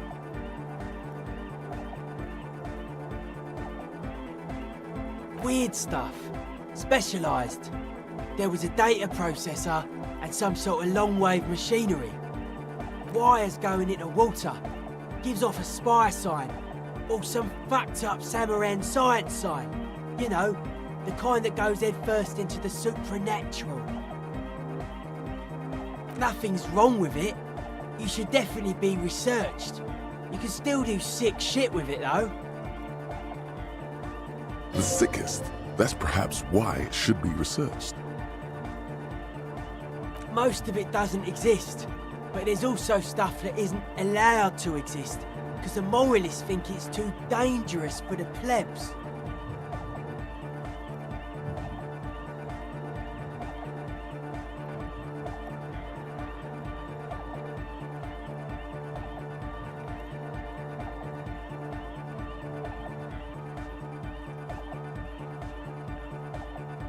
Psionic powers, pale-related diseases, pretenders pretending to be human, folk rights, that kind of stuff. Yeah, gotta compare. See if we can align. I suck at socialising, man. Even now, our sign synchronisation is way off. But I'll see what I can do. The hardcore aesthetic is esoteric. It's not meant to be discussed with the law at this moment.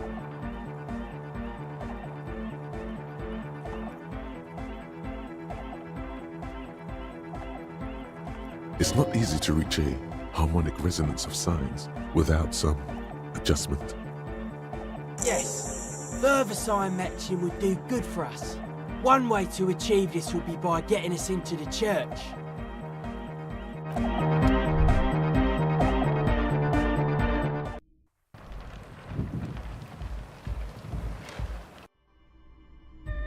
Hi again. So, how are things going? He's a quiet man. Mostly communicates through music and by being a master of ceremonies. You know, a host, a declaimer of slogans. He's a performer, gets the people going. Well, he's just kind of here. I don't really know how to communicate with him.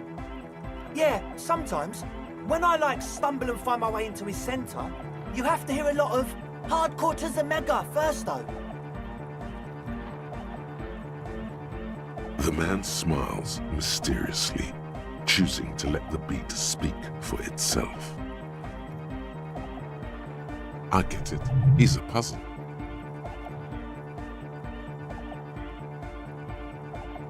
Yes. What?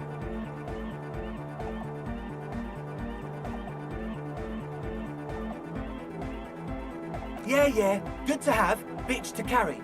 When I first scouted the place, I did some reconnaissance. I'm not sure the church even has running water.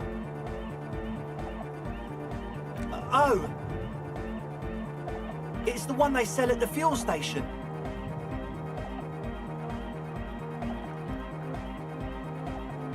It does, doesn't it? Told you we have a smell problem.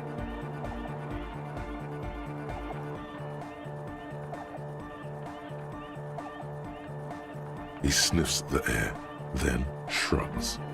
It doesn't take a forensic scientist to guess it's drug-related. They look and act like the kind of guys who've done their fair share. However, their breathing is regular, their jaws stay put and their pupils aren't dilated. So, not under the influence right now. The what now?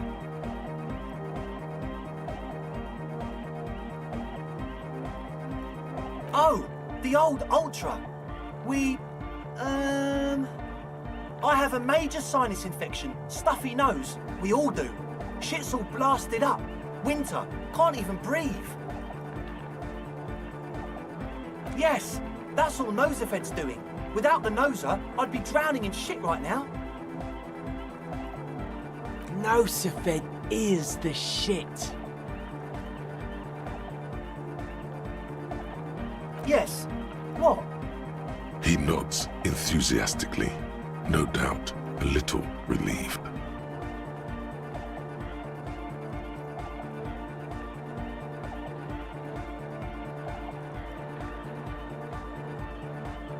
As always, we'll...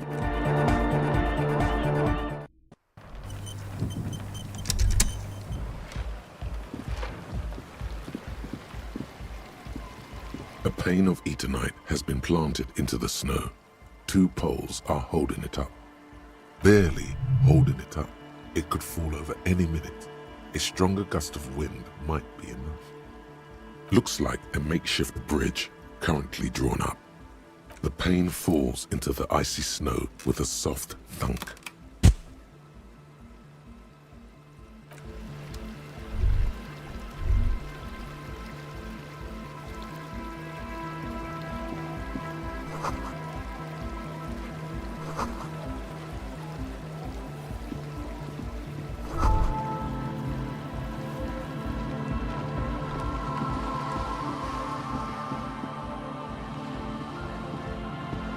shaggy-haired girl kneels. So you talked to my associates, right? Are you going to help us? With the church, shoot. My associates? I haven't got much to say about them. Sorry. I just don't tell people about my friends and who they are and so on. I don't provide information on them. Me? I'm a silver bird. Don't know what makes you think it'll be any different later, but...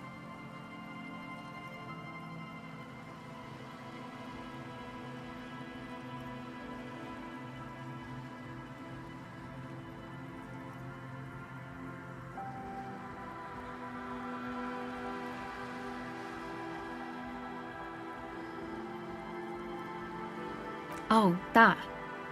You're not going to believe... She's less prone to blurt it out, crab man, than the others. Okay. I went in and I saw a woman next to one of those machines there.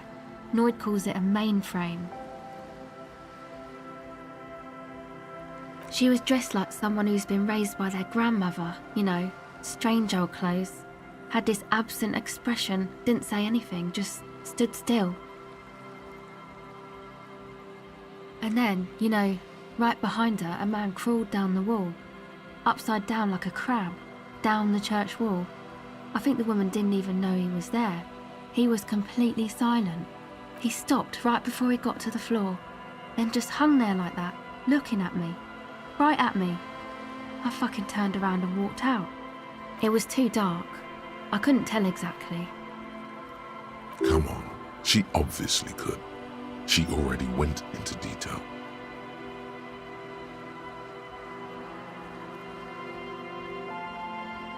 He looked like a banger, okay? He was all muscular and stuff. Had a mesh tank top. I know it sounds ridiculous, but that only made it scarier in a way.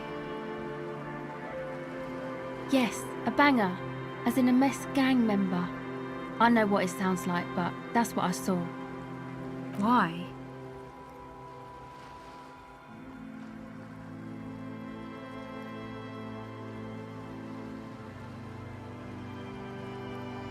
Okay then. They certainly do around me.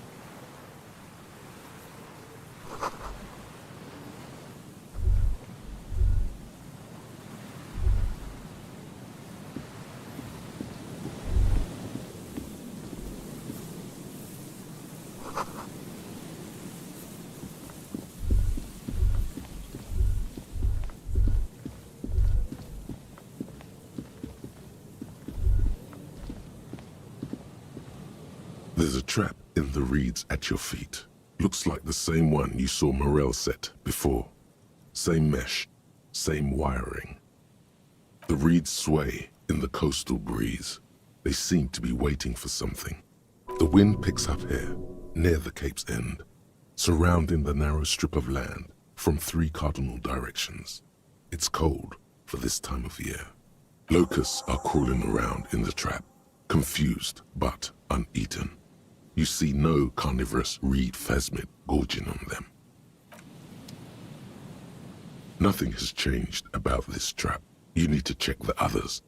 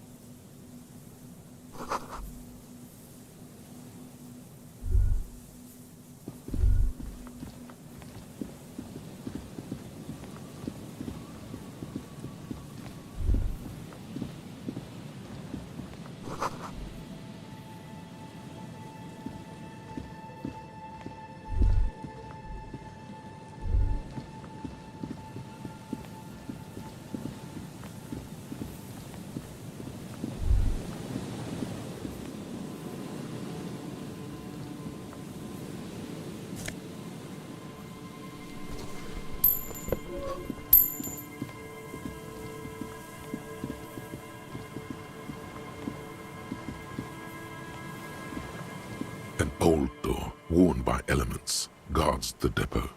The wind has blown a sand dune in front of it. The door hasn't been opened in a long while. The concrete structure looks military in origin, over half a century old at least, but sturdily built.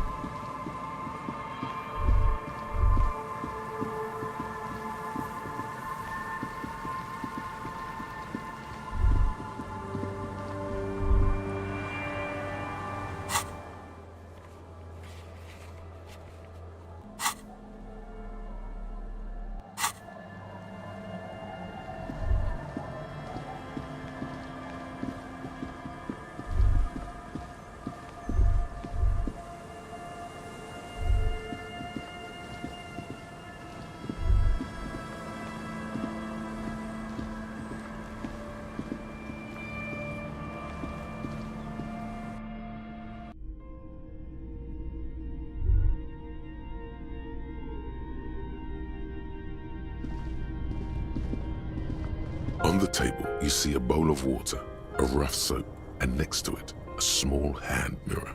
A straight razor soaks inside the wash basin.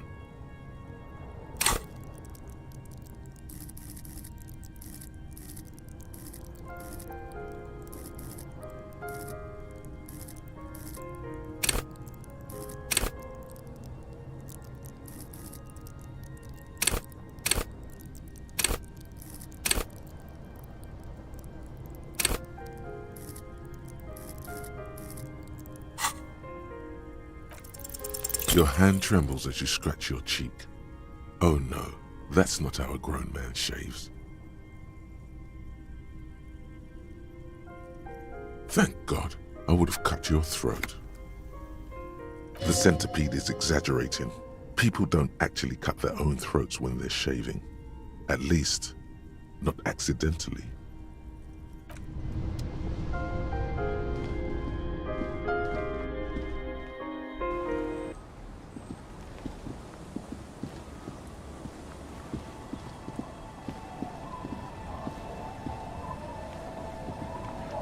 Aye, the sea's gonna calm down soon. I can feel it. The wind is turning southeast. What's on your mind, officer?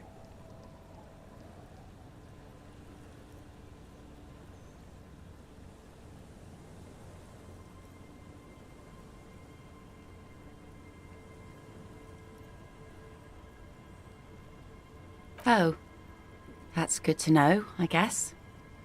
Why is it in the sea?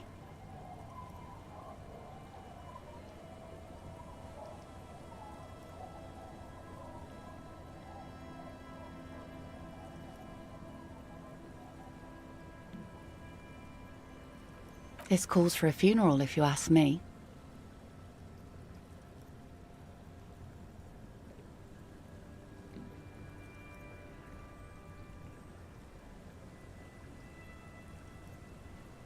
Aye.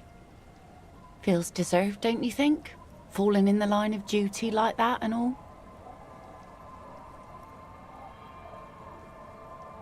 Why odd? Our things are a part of our life world. They're made with our human sweat and they share human history. We should care about them as we care about humans.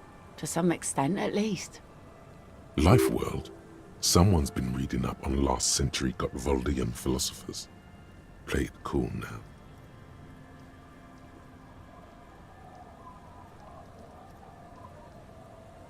Oh yeah? You won't even be able to get it out of the water before early June. And where are you going to bury it? Who to invite? What music to play at the wake? Take it from someone who's been through a few funerals. It's easiest to just leave them there and let nature take care of it. It's going to be quite a few years before nature is able to completely take care of a motor carriage. You could always come back in a few months and see if you still want to give it a proper send-off.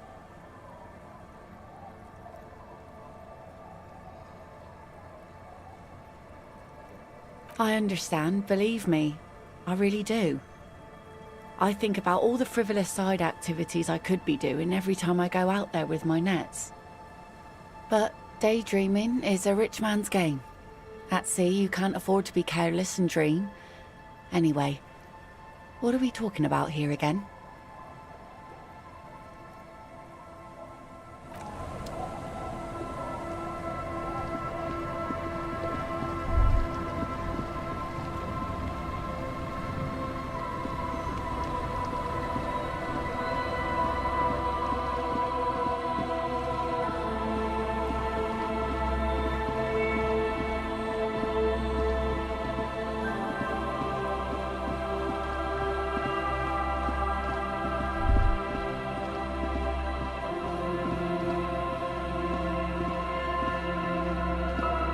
A familiar apparatus lies among the reeds, another one of Morel's traps, weighed down by stones to keep it in place. The reeds bend forlornly toward the sand. You see slabs of concrete north. In the east, the city center hums to you. The constant, distant song, louder on this part of the coast, nearer somehow. And there's that cold again, always the cold. This trap is also full of panicked locusts. No sign of any cryptozoological beast inside. Man, it's lonely doing this alone. The wind seems to howl in a strange manner.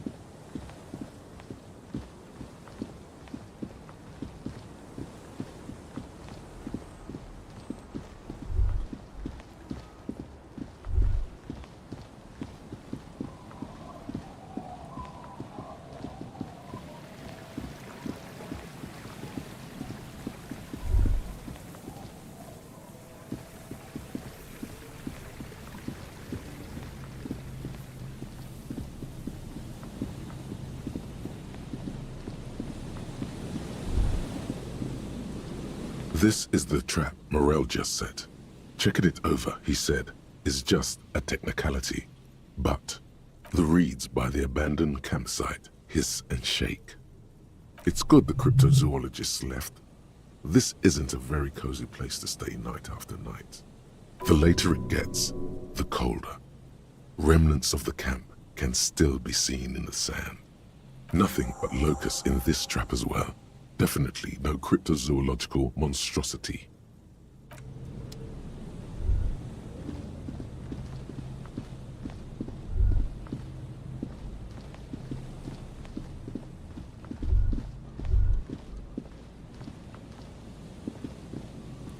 It takes you a moment, but finally you spot the last of Morel's traps. This one's partially obscured by the reeds. Behind you, the ruins of a residential building rise over the reeds, shielding them from the wind. The reeds rustle confidently. When this district was booming, the reeds were kept at bay. Nothing obscured the freshly painted facades. Nowhere for drunks and adventurous teenagers to hide. Now only the wind blows. The trap feels light and silent as you pick it up. Something is different here.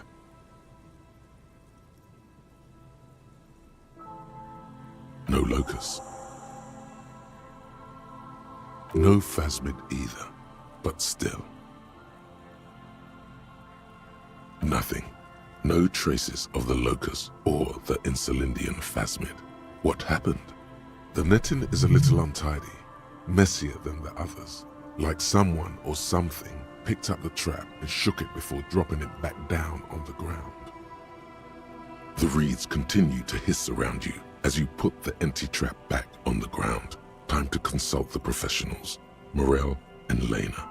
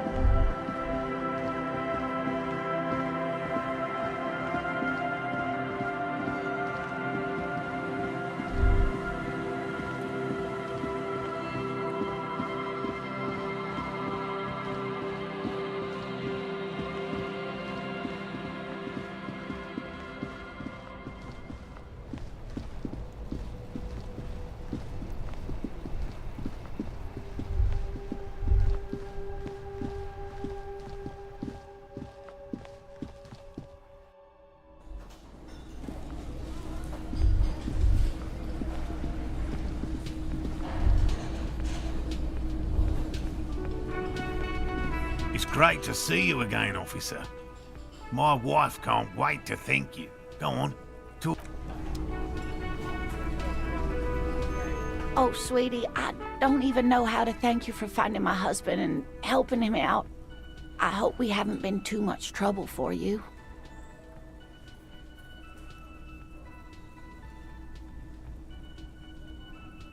Here, I want to give you a small token of my gratitude.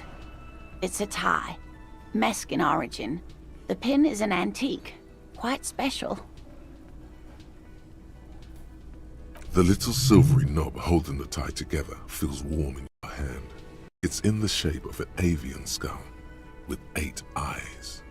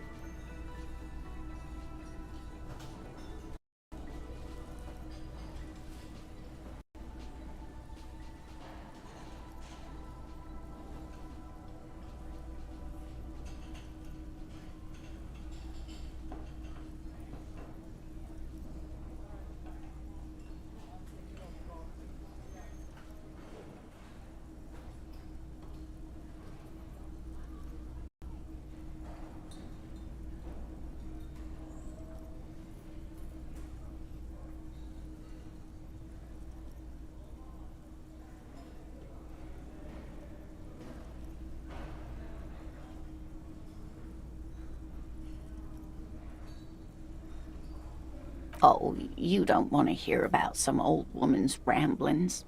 Ramblings? Nonsense. Your description of the phasmid is the most precise I've ever heard. But darling, I didn't even get the size of it right. You were a child, my dear. Really. It's extraordinary what you were able to describe. Now go on. Tell our friend about it. He's proven his interest in the field. Well, it was summer.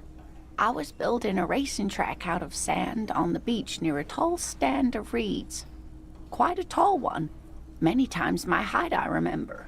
When, all of a sudden... I'm getting ahead of myself. I was 5.5 in Betancourt in the suburbs. My grandmother had a summer home there. The strangest moment of my life. I looked up and one of the reeds moved. Not like a plant, but like a living thing. It stood up and looked at me. Its body unfolded like some antique toy. I've never seen anything like it. She had no fear, just surprise. I didn't know this can happen, so I reached my arm and touched the thing. It felt just like a stalk of reed, but it moved, swaying, towering above me. After a while, 20 seconds, a minute maybe, it left, went into the reeds. I tried, but I was only a child. There was mud and high water. I couldn't see it anymore. I was just standing there, knee-deep in mud, looking around me. Where did you go? Don't go. I ran back home to my grandmother and asked her if reeds could walk, and told her they were looking at me. Of course, she just laughed at me, but I knew what I'd seen. For years, it was a story I told at parties when I wanted to impress boys. That sort of thing. Of course, most people just took it as a strange, amusing anecdote. So did I, honestly. But then I met Morel. We were on a date. Can you imagine? She tells me a story, and it's the most detailed report of the Insulindian phasmid I've ever heard. The sounds. She told me it hissed. So that's how they met. This is beyond significant for them. It did, yes. Like reeds in a gust of wind. The way it moved, the colour, how some of its limbs were white, like marble. It matched perfectly with what I know from other accounts. It was amazing. If it weren't for Lena, I might have given up hope years ago. It's no exaggeration to say that she restored my faith in my profession.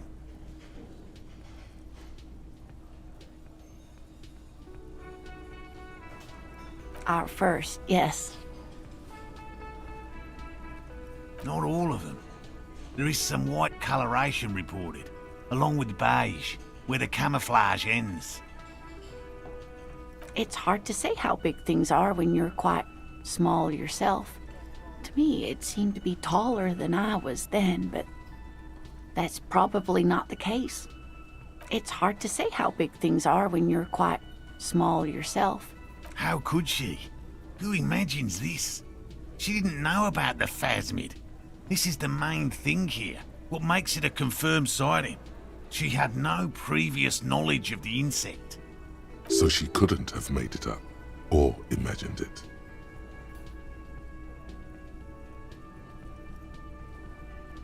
That's true, yes. I'm almost certain neither my mother nor my grandmother knew of it.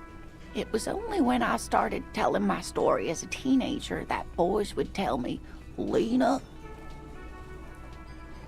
you trying to tell us you saw the Insulindian phasmid out there in those reeds? Get out of here." They just give me a cider and ruffle my hair and tell me to stop dreaming. But I saw it. You're welcome, sweetie. I do appreciate the chance to relive it whenever I get one. It was just Such an impossibly sunshiny day. So warm. And she could get up and walk right into the reeds on her own, into the mud, anywhere. Ha ha! Nothing like the gratitude of a good woman. Now then, what can I do for you? He tries to play it cool, remain professorial, but inside, this man is itching for some news on those traps. Good. Okay. And?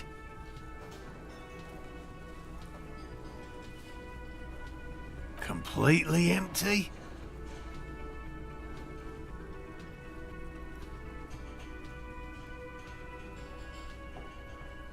No locusts?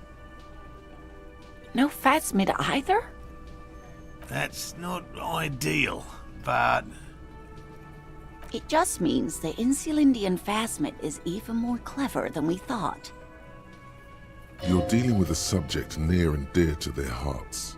It might behove you to tread lightly. Yes, the Phantasmadeia picked off the locusts and escaped.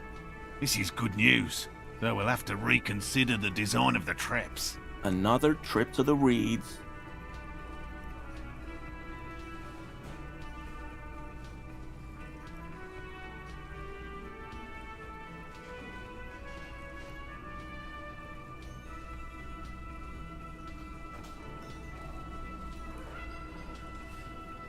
Of course we have. Wait, Morel. He may have a point. We have an obligation to rule out other hypotheses. You're right, dear. It's a fair point. But what other explanation could there be? Pardon me. This is a big deal for us. You've helped us twice now, and brought some great news too. My gratitude, and the gratitude of the Société Cryptozoologique de Ravachol is... Heartfelt gratitude. But does it feel like closure? What really happened? Some kind of foul play might be afoot. Theft?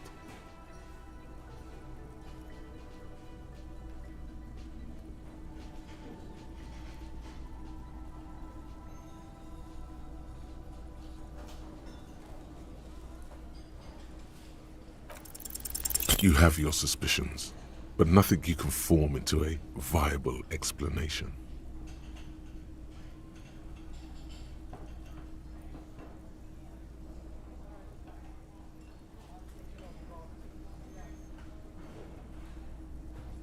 A different cryptid? Oh, sweetie. Maybe you should stick to human detective work.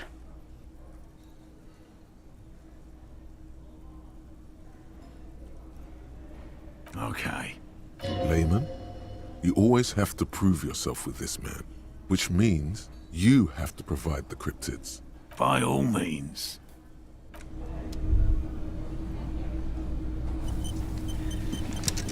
I really owe you one for getting us out of those reeds, officer. Finally got all that soot out of my hair. Name's Gary.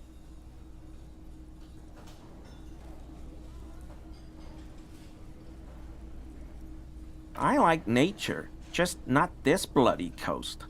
It's mostly drunks and degenerates that come here.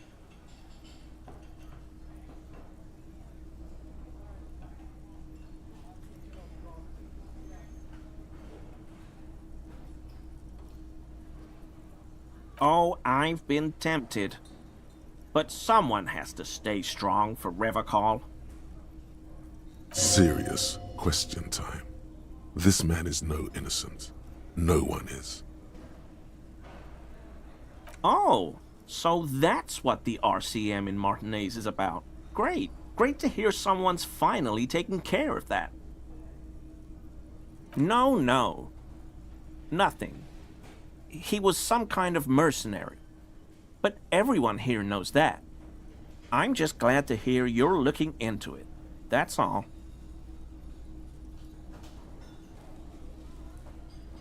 No. I help Morel with research sometimes, and I've learned some things along the way. but I don't usually go in for picnics like this on my own. What does he do then? This feels like a good opportunity to dominate him. Oh, this and that.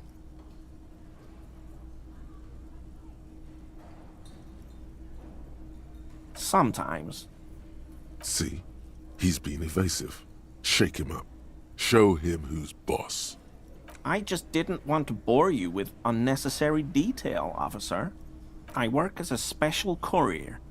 You know, urgent deliveries, overnight deliveries, deliveries to out-of-the-way locations. Oh, I don't know the contents, officer. Part of my job is discretion. Yes, officer? My mug? Why would you think that?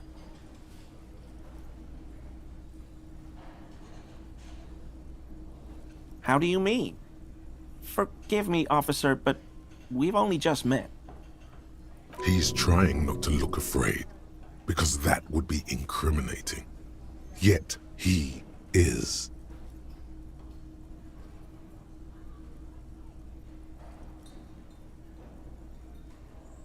Okay, I admit it. I threw the mug away in the trash container behind the hostel. I know I shouldn't have, and I am very sorry, officer. You're not going to find me, are you?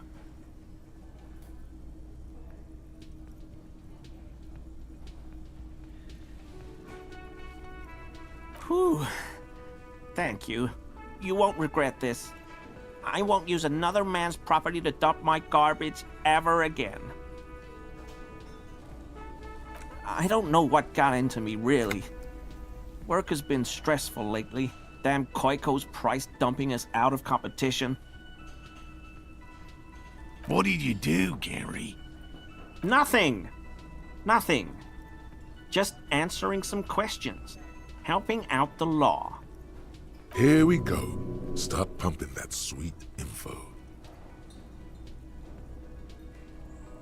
I know a guy who works with the trash collection services, CS Municipal. He gave me a master key for the trash containers of Martinez.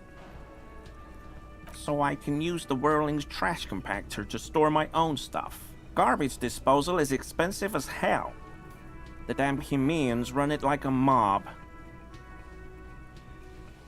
I'm sorry, okay? I thought I could cut costs. I shouldn't have. I shouldn't have disgraced myself. Officer, please. Let me explain. It's not like that. I was only cleaning up. I live right across the yard from where he was hanged, and I saw him stripped naked. All the clothes lying around in the yard, smelling. People are animals, you know? Then I came out to clean up the rags because no one else would. I put them into the Whirling's trash, along with a broken mug, admittedly. Okay, I was coming to throw the mug away, and, well, I threw the mug there and the clothes too. As he shifts uncomfortably, a series of clicks, like the clinking of glass beads against one another as they roll across a hardwood floor. You've heard this sound before, but where?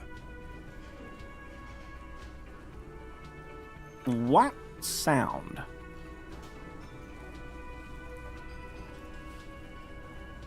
I haven't the slightest. There's lots of weird sounds in a bar like this, though. Pinball, glasses clinking. Could be someone playing pinball. Maybe it was pinball. Armor? No. I mean, yes. Of course. I know he was wearing armor, but I don't know anything about it. I hope I could help your investigation, in my small way. Don't be so relieved yet, Gary.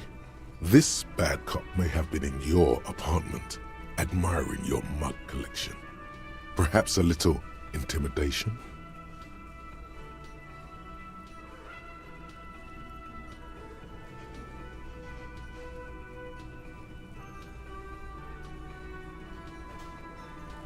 sure do, officer. His eyes narrow slightly. He's wondering where this is going.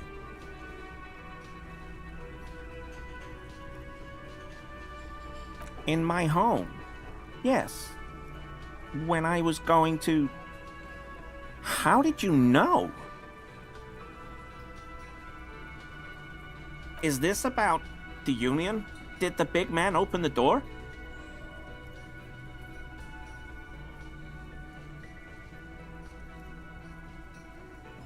So you work for Everard Clare? Officer, please tell him we're good. No, tell him I'll make it up to him. What have I done? He'll send the muscle after me.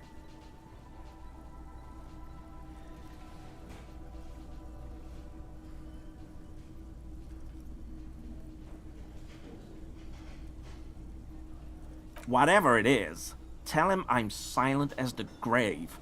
I was probably talking too loud in the whirling the other night about some theories. I won't do it again. If there's anything I can do to assist you, or the Union, just ask, okay? I'll try to help if I can. This scared him proper. He's positively melting from fear. Has to prop himself up with a lot of anger to keep it together.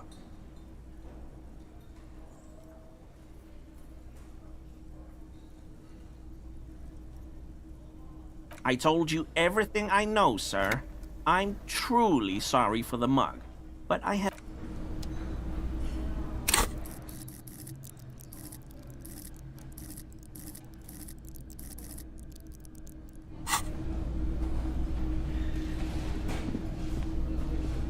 Hello. Lena and I were just discussing the design of the new trap.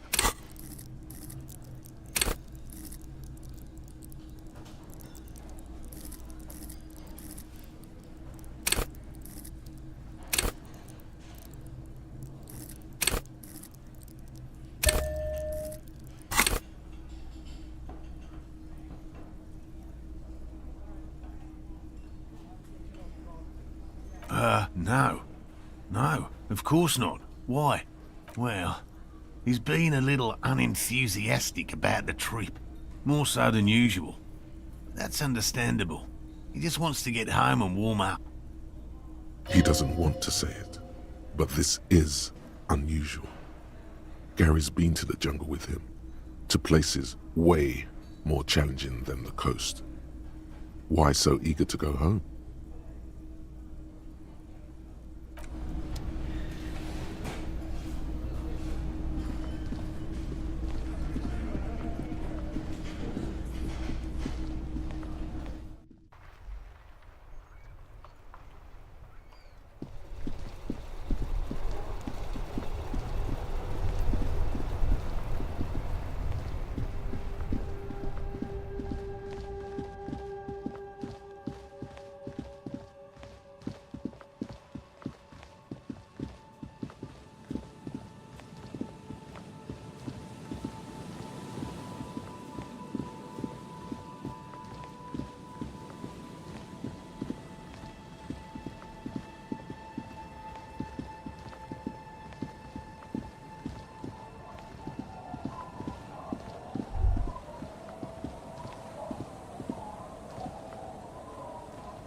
You sit on the wind-worn wooden planks of the bench.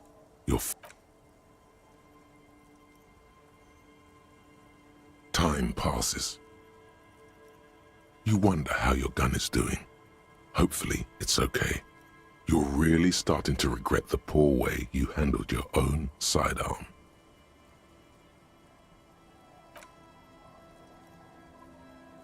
The twiddling barely keeps your hands warm against the frigid wind blowing from the coast.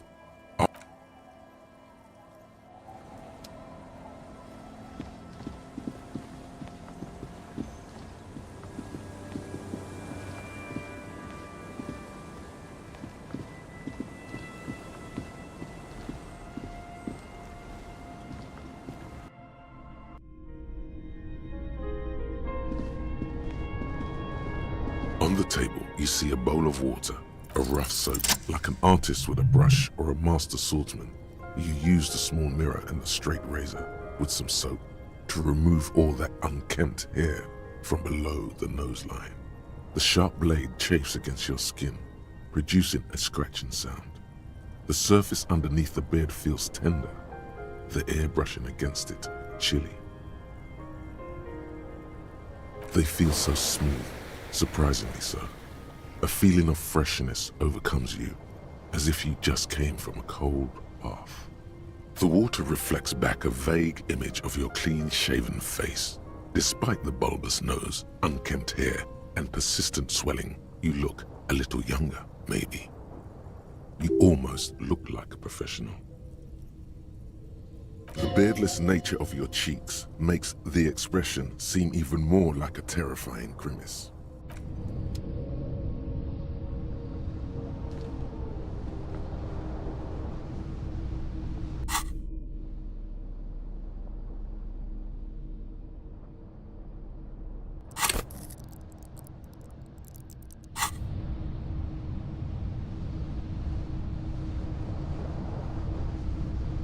An old mirror hangs on the wall. You see your reflection in it. The expression fixed to your clean-shaven face. You're still not accustomed to it.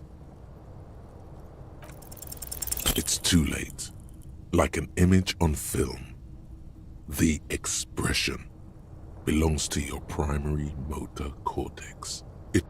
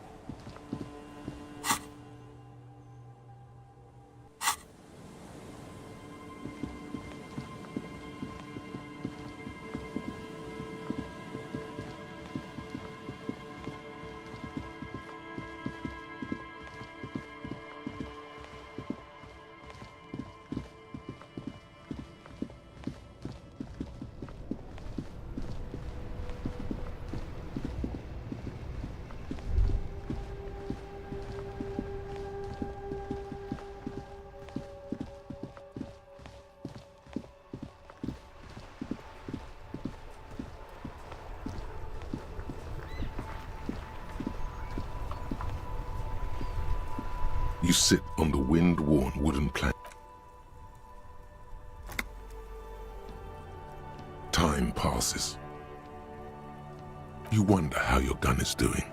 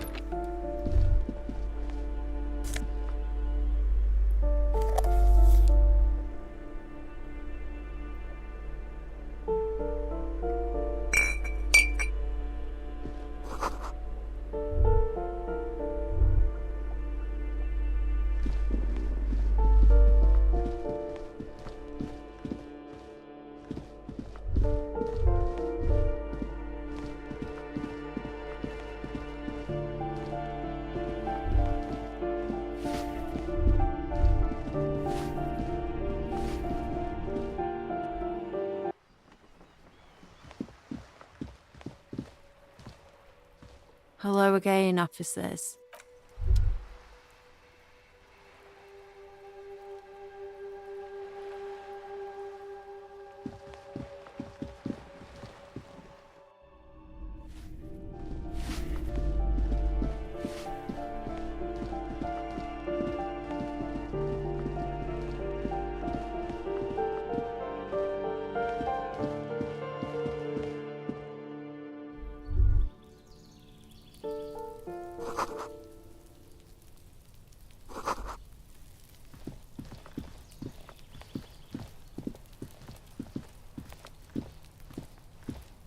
This door is made of metal and a... Yes?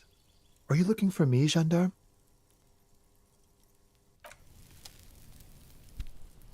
Gendarmerie. You found me. His slender figure is backlit by city lights, its distant streets and motorways flashing like diamonds. It feels like a Friday. He seems to be in a good mood tonight. And his shirt is still unbuttoned. Beautiful. So tell me, are you here to make things right again?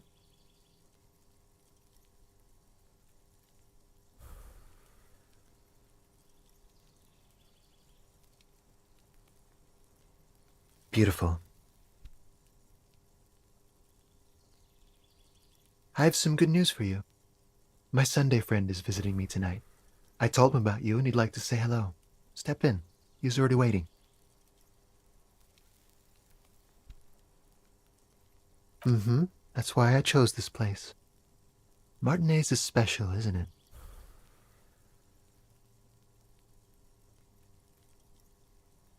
Trust me, you do.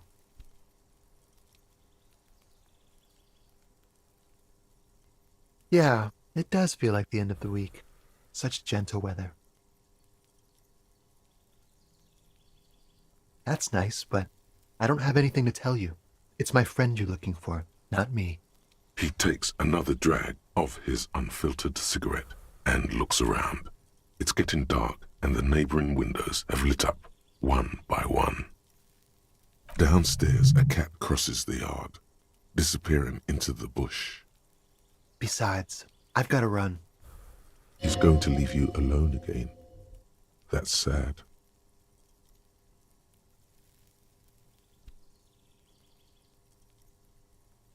To the city. It's a beautiful night. A man on high heels stumbles out of a basement club, music blasting over the entire district.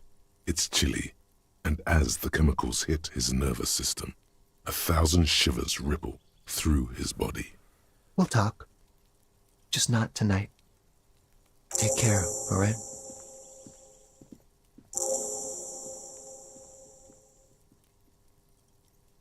And he's gone again. Looks like it's becoming a theme for him.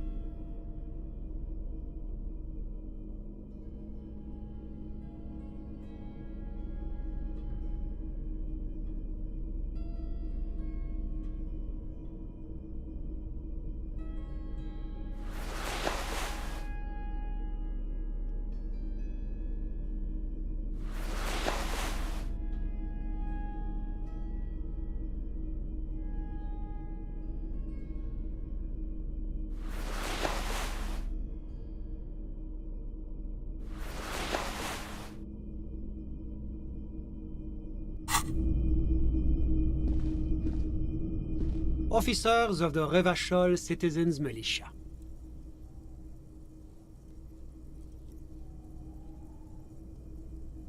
You shouldn't be seeing him in an intimate setting. For some reason you feel this man is your superior. Superior, but he's not in the command chain. My name is Charles Vildrouin, and I am an official with the coalition government. I work for the Institute of Price Stabilité on assignment from Sur-la-Clé.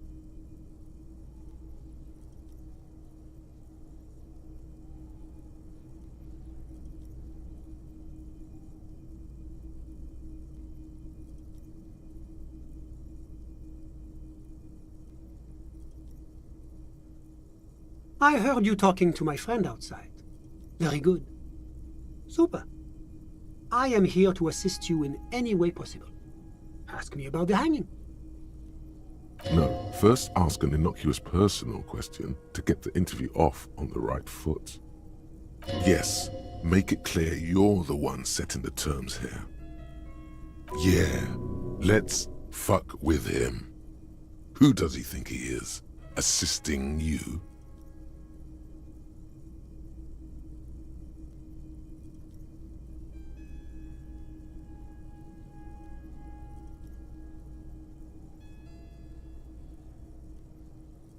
Oh, we got it from an atelier in the East Delta Commerce Center. Personally, I think it's a little culturally insensitive, but the material is great. Sadly, the shop is now out of business. That's really all I can tell you about it. That didn't work at all. What was that? You were supposed to fuck with him, not compliment the decor.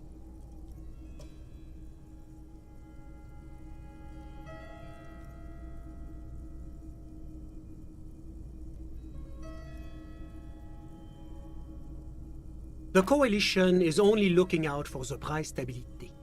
Inflation is a killer, like a heart disease blocking the normal circulation of the economy. It must be controlled. The economy impacts the entire international community, which is why it requires international oversight.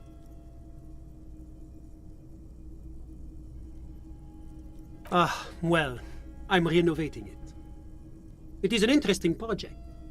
The building used to be a 12-story skyscraper before the cannons took the top 4 stories off. This, of course, happened when the coalition forces landed here. You could say I'm undoing some of the material damage the international community caused when we arrived here. Yes, as I said before, I am a commissioner from Sur-la-Clé working for the Institute of Price Stabilité. This is one of the main projects of the Moral Inter.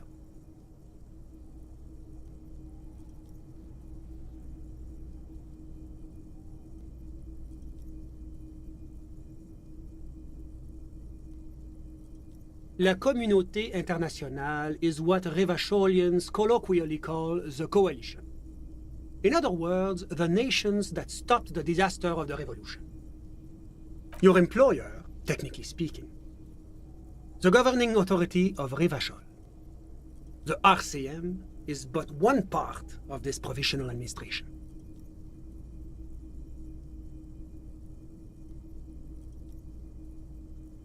It is the most important thing.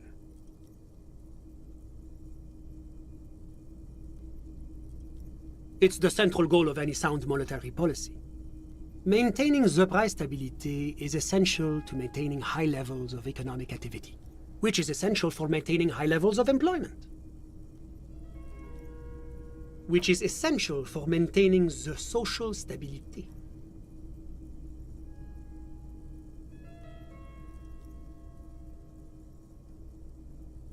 Take your daily bread, for example.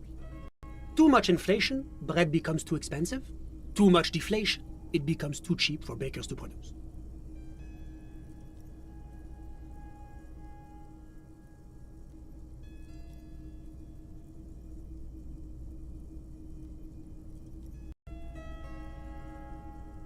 That's why the Institute of Price Stabilité works to keep inflation just below 2%. But not too far below, no. Too below is also bad. Below, but close to 2%. The coalition believes in the importance of informing the public about the benefits of the price stability. Transparency is one of our principles. Would you like an informational pamphlet? A sound monetary policy is essential for addressing uncertainty. Stability is the raison d'être of the moral intern. It's the reason why I identify as a moralist. But oh, I don't have my leaflets on me today. That's too bad. You can always call our information line. Making information available is part of the moral intern's commitment to transparency. It's the International Organization for Moralists, hence Moralist International. The Institute of Price Stability is just one of its many mind babies, as is the coalition. But of course,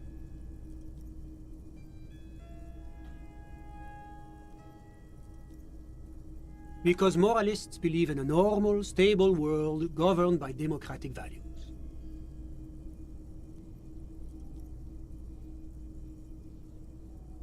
Martinez?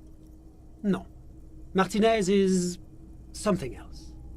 Revachol is generally difficult.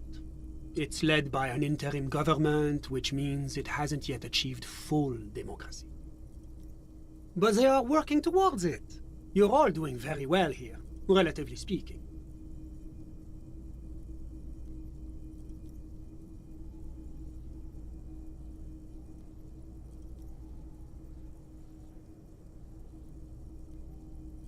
Your full autonomy is important, I agree. But it's an ongoing process. Nothing happens overnight. Now, enough of this delightful political interlude. Was there anything else you wanted to ask?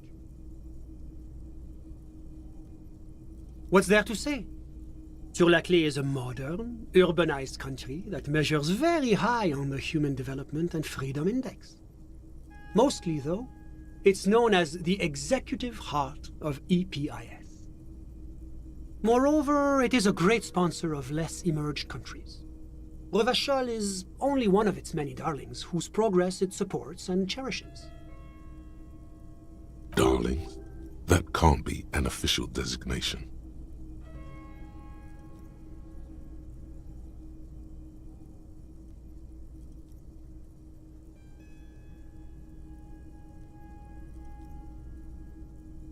Because a great percentage of Revachol's culture hails from Sur-la-Clé.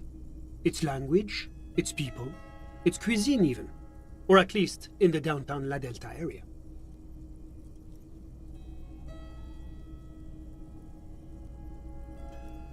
Jamrock and other parts of the international zone have been mercifully spared of Sur-la-Clé's love for meatballs and mashed potatoes. Whatever you wish, officer. Ah, my friend. My friend is a good young man. His family immigrated here from Kedra, and life has not been easy for him. But he understands the importance of education. He has taken his future into his own hands, and that's all that matters. Kedra is a candidate member of APIS. But, between you and me, their potential membership is a more contentious issue. That it's never going to happen. They entered negotiations in 21, and it's been pending ever since.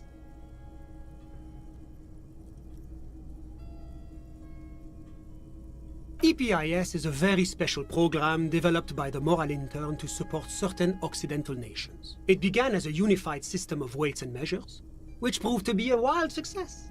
Nothing but kilograms and centimeters as far as the eye can see. God, yes, sweet standardization, the backbone of rationality and commerce.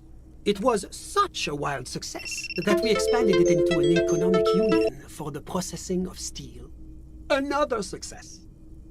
And between you and me, the Moral Intern feels emboldened by this success. Emboldened to take EPIS to the next level.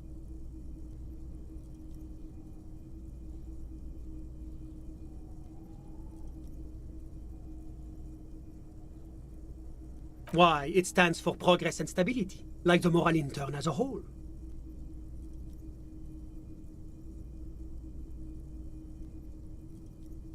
It's been such a wild, extraordinary success thus far. We are very excited to take it to the next level. A supranational political alliance, the United States of Occident. You mean Revachol? No, it's going to have transparent democracy. It's one day going to be a candidate member of EPIS, sure. Except that candidate members never become full members, do they? No, candidate members do become members. Why do we even have the whole system in place if they don't? It just takes time. Time and evaluation. But we were talking about my friend here, not politics. How did any of us become friends? Bad things happening on the Insulindian Isola? Oil platforms ablaze in the night? Civil wars lasting for years? Finally, the international community is forced to step in.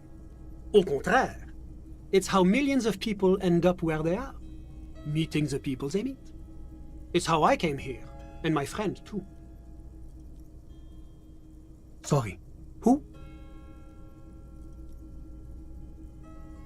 But I told you, officer. He's a bright young man here to pursue his education. Education is the foundation of our future, especially the arts. It is a cornerstone of our civilization. Officer, you have to understand. I can't give you his personal information. I'm sure you have your own methods and databases, right? Please don't put me in this situation. He's deeply enmeshed in the study of the fine arts, yes. He's a truly free spirit. He likes all the arts. Perhaps graphic design, printmaking, who knows? The world is open wide for a talented youth like him. I'm just enjoying the view.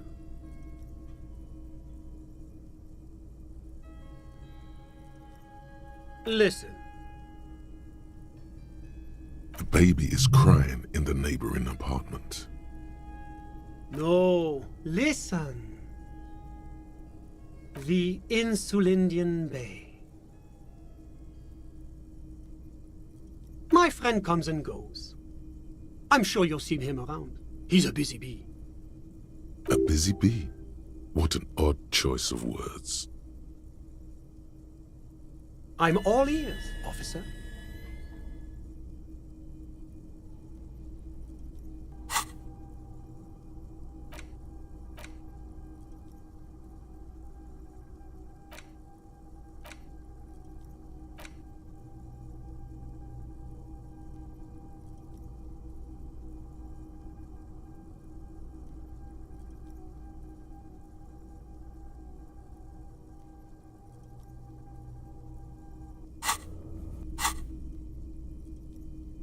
I'm sorry to say I did, officer.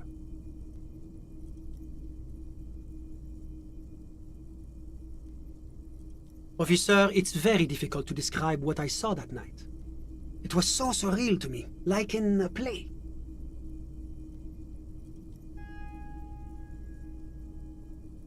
No. I mean, it was so strange. I could barely believe what was happening. I was on the balcony when it happened, getting some fresh air. I remember that first they came in, carrying what looked like a body. And then I saw all the surrounding windows go dead, one by one. That's when I understood. I should not be seeing this. I couldn't see their faces well, and there were quite a few of them. But they were very loud and very Martinez. Let's just say that the laboring classes can get rather expressive with their profanities. I couldn't tell you exactly. Less than 10. Maybe 8? That's a giant you're describing. No, they were all quite human, as far as I could tell. Drummers? Why, no. But then, I don't know what a drummer is supposed to look like. I went back inside. Yes, back inside. Keep yourself safe from the killing. Officer, the yard was pitch black. There was nothing to see, but I could still hear their voices. They were threatening to kill that poor man.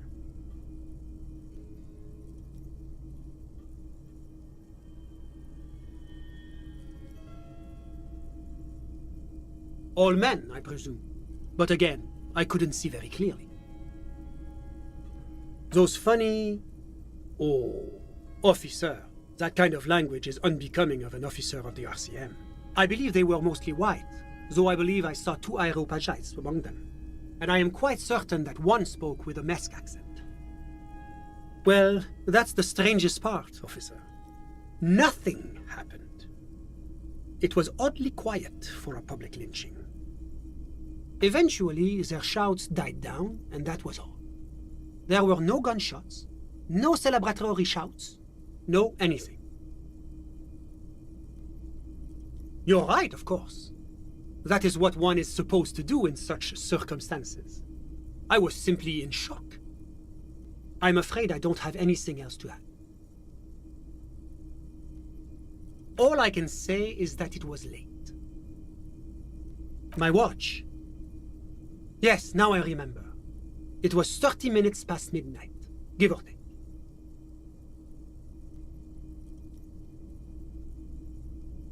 No, I didn't see the corpse until the following day.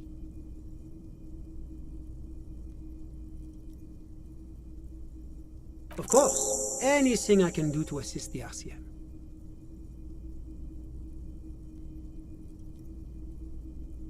A moment, officer. Do you have everything you need from me? I'm afraid we won't have the chance to speak again once you leave.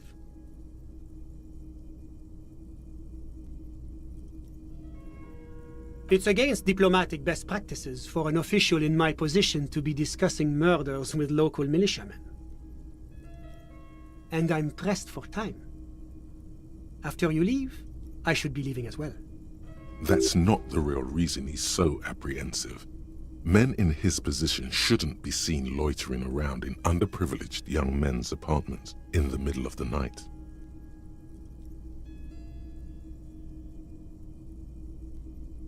Sure, go ahead. It's a beautiful space. Revacholian nationhood. The Revacholian state will be a serene place. You should get a drink. A beautiful, serene place of mystery and peace. It will not be a place for women to infect with their frailty and hysterics, or where the Seminese will be allowed to wear their pants around their ankles. All of that will go once you get a drink. The socialist professors at the École Supérieure will be fired. The editors of Trompe le Monde will have to beg in the streets. You'll pour beer into their begging hats and laugh. You should get a beer.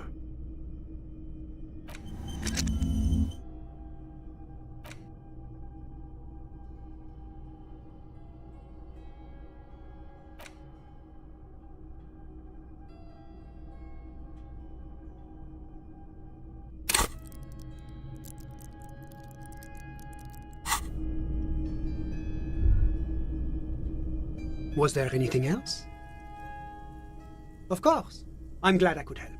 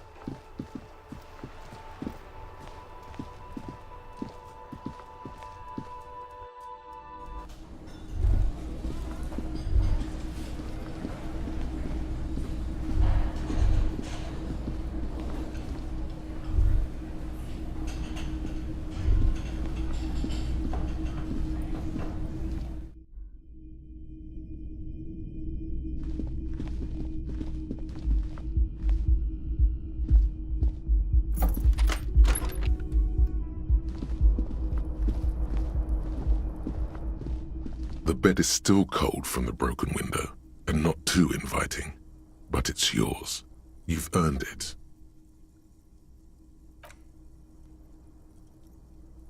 It's not easy, but your bones are so tired from what feel like weeks of work on the case. You have to try. After what feels like hours, you feel you might be sleeping.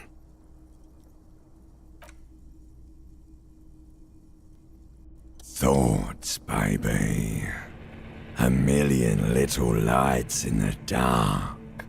You're one fine instrument, brother. All those faces and all those names. All that laughter and screaming and scheming around. Every corner and every street. Recorded in you forever on Ferrotape.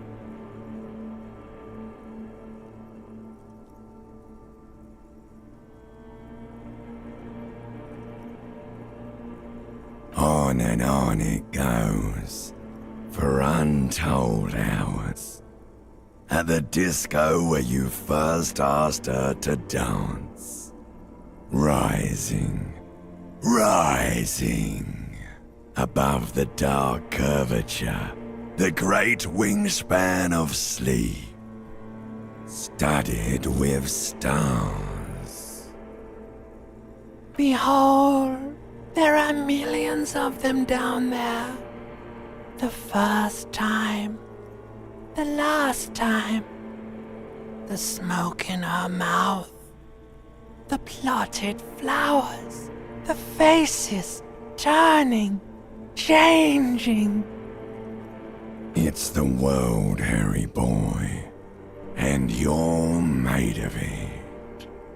Every day you're out there, you make more of yourself from it. I'm afraid you can't be unmade now.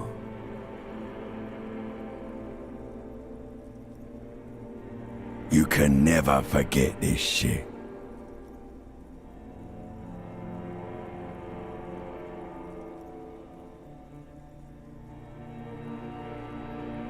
Beautiful. It's stuck on loop, whirling, spitting out words and images.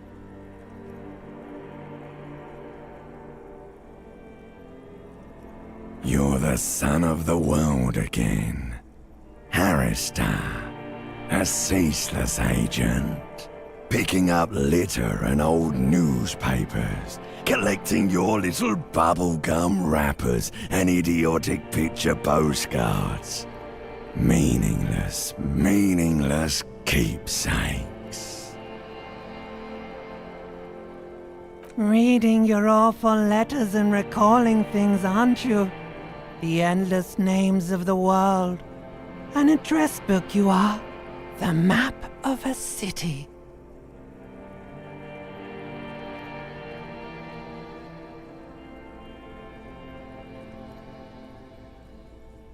You'll go insane if you keep going like this. One more day, and you'll be in the loony bin. I just know you will. And for what, brother man? For the money, baby. For Revacon. Always and only Revacon. Solving your little crossword puzzles. Doing your tasks. Crossing names off lists. Trying to become some sort of world detector. It won't make it okay. It won't put smoke back in her mouth.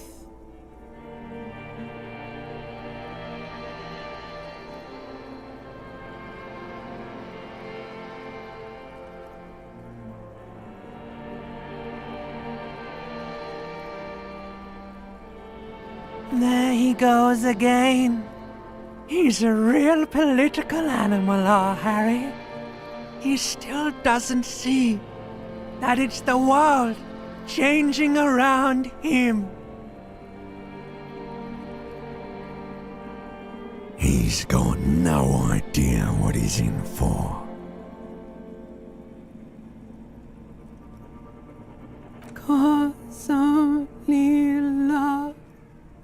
and break your heart. Beep, beep, beep. The alarm is ringing, Harry. The disco circus goes on and on. You barely slept 3 hours last night. You can do it. It's nothing. Do it for the city. Go. Do it for the wind. Do it for the picture puzzle. Put it all together. Solve the world. One conversation at a time.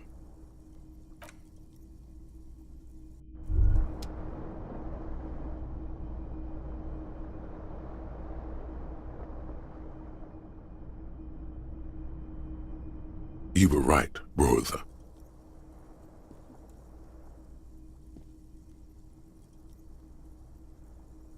Back there, in your sleep, all the weak-willed delinquents, dilly-dalliers, foreign moneylenders, insane anarchists, and yes, the woemen. They've run this place to ruin.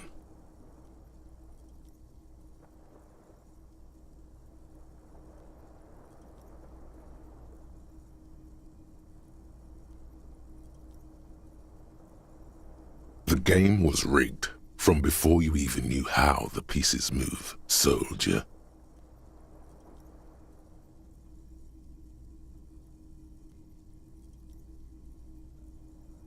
No, brother. Forget about your gut. We've got much more pressing matters to focus on. It's time to turn back time. I will send you back to the time when the sun had not yet vanished, when it was still setting into the sea. The time of the suzerain, the time when love was still possible. To go back with the knowledge and the experience you now have, and to do it all over. Do it richtig this time. Protect the suzerainty, clean up the city, revive disco music, and get her back. You could save Revachol. You could be the man, brother. No one. Don't ask about her.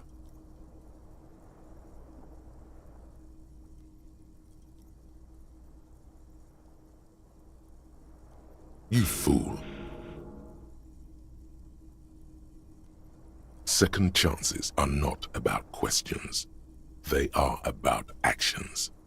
Are you ready to start taking action, brother? Ultramarathon here meant Revachol, our streets and all that. It's all there is. Just move on and answer the question. There must be others like you, men who long for the days when words like loyalty and love meant something. People whose yearning for the past is so great they barely live in the present. Those are the men you need to find. Those are the guys who know. Think, maybe you've already met someone like that.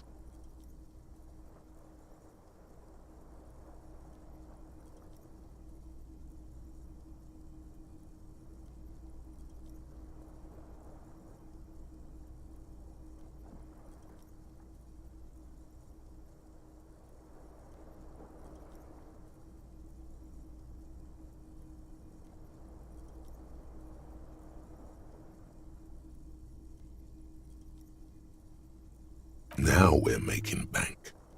A man with guts and a memory. I felt it too. He could be a treasure trove of wisdom. Who else? No, not her. She's a woman. Anyone else?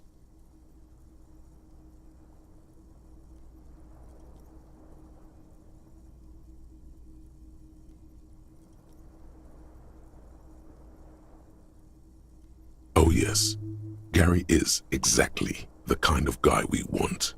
He knows something. Who else? Now, there is a man who values the past with passion. And you know how the saying goes. He who clings to the past shapes the future. That is not a saying. It makes no sense. Measurehead is exactly the kind of man who'd know how to step back into the past. Bullseye. And that's the vibe we're looking for. Those are the people with answers. And by longing, you meant blatantly racist, right? 4 is a good number of traditionalists. It's plenty. Let's go see what they know. History will remember us, and this time we don't have to worry about her being kind. Praeterea Ridia, Kingsman. Charge for Revocol. Charge for love.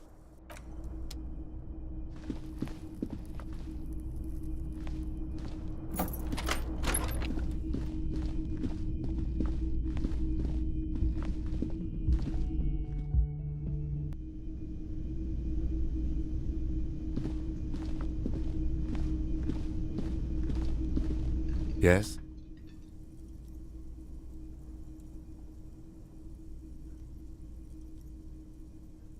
Yes. I don't know what to say. Perhaps, I'm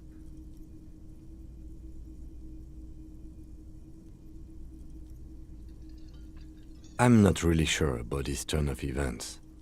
I think the mutton chops might have been a better idea. They sort of seem to cover up some of the damage. Either way, good on you. You were saying?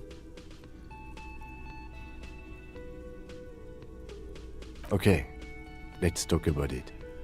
You stole the boots.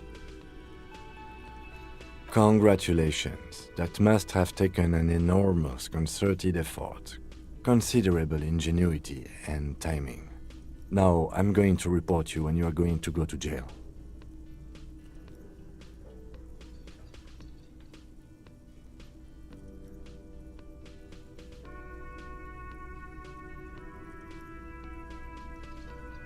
It was a joke, sadly. There's nothing I can do about your delinquency. What's done is done. Let's get back to police work. I don't care about your insane theft, the lieutenant thinks, and looks away from the boots. Just know, if anyone asks me, I will snitch on you.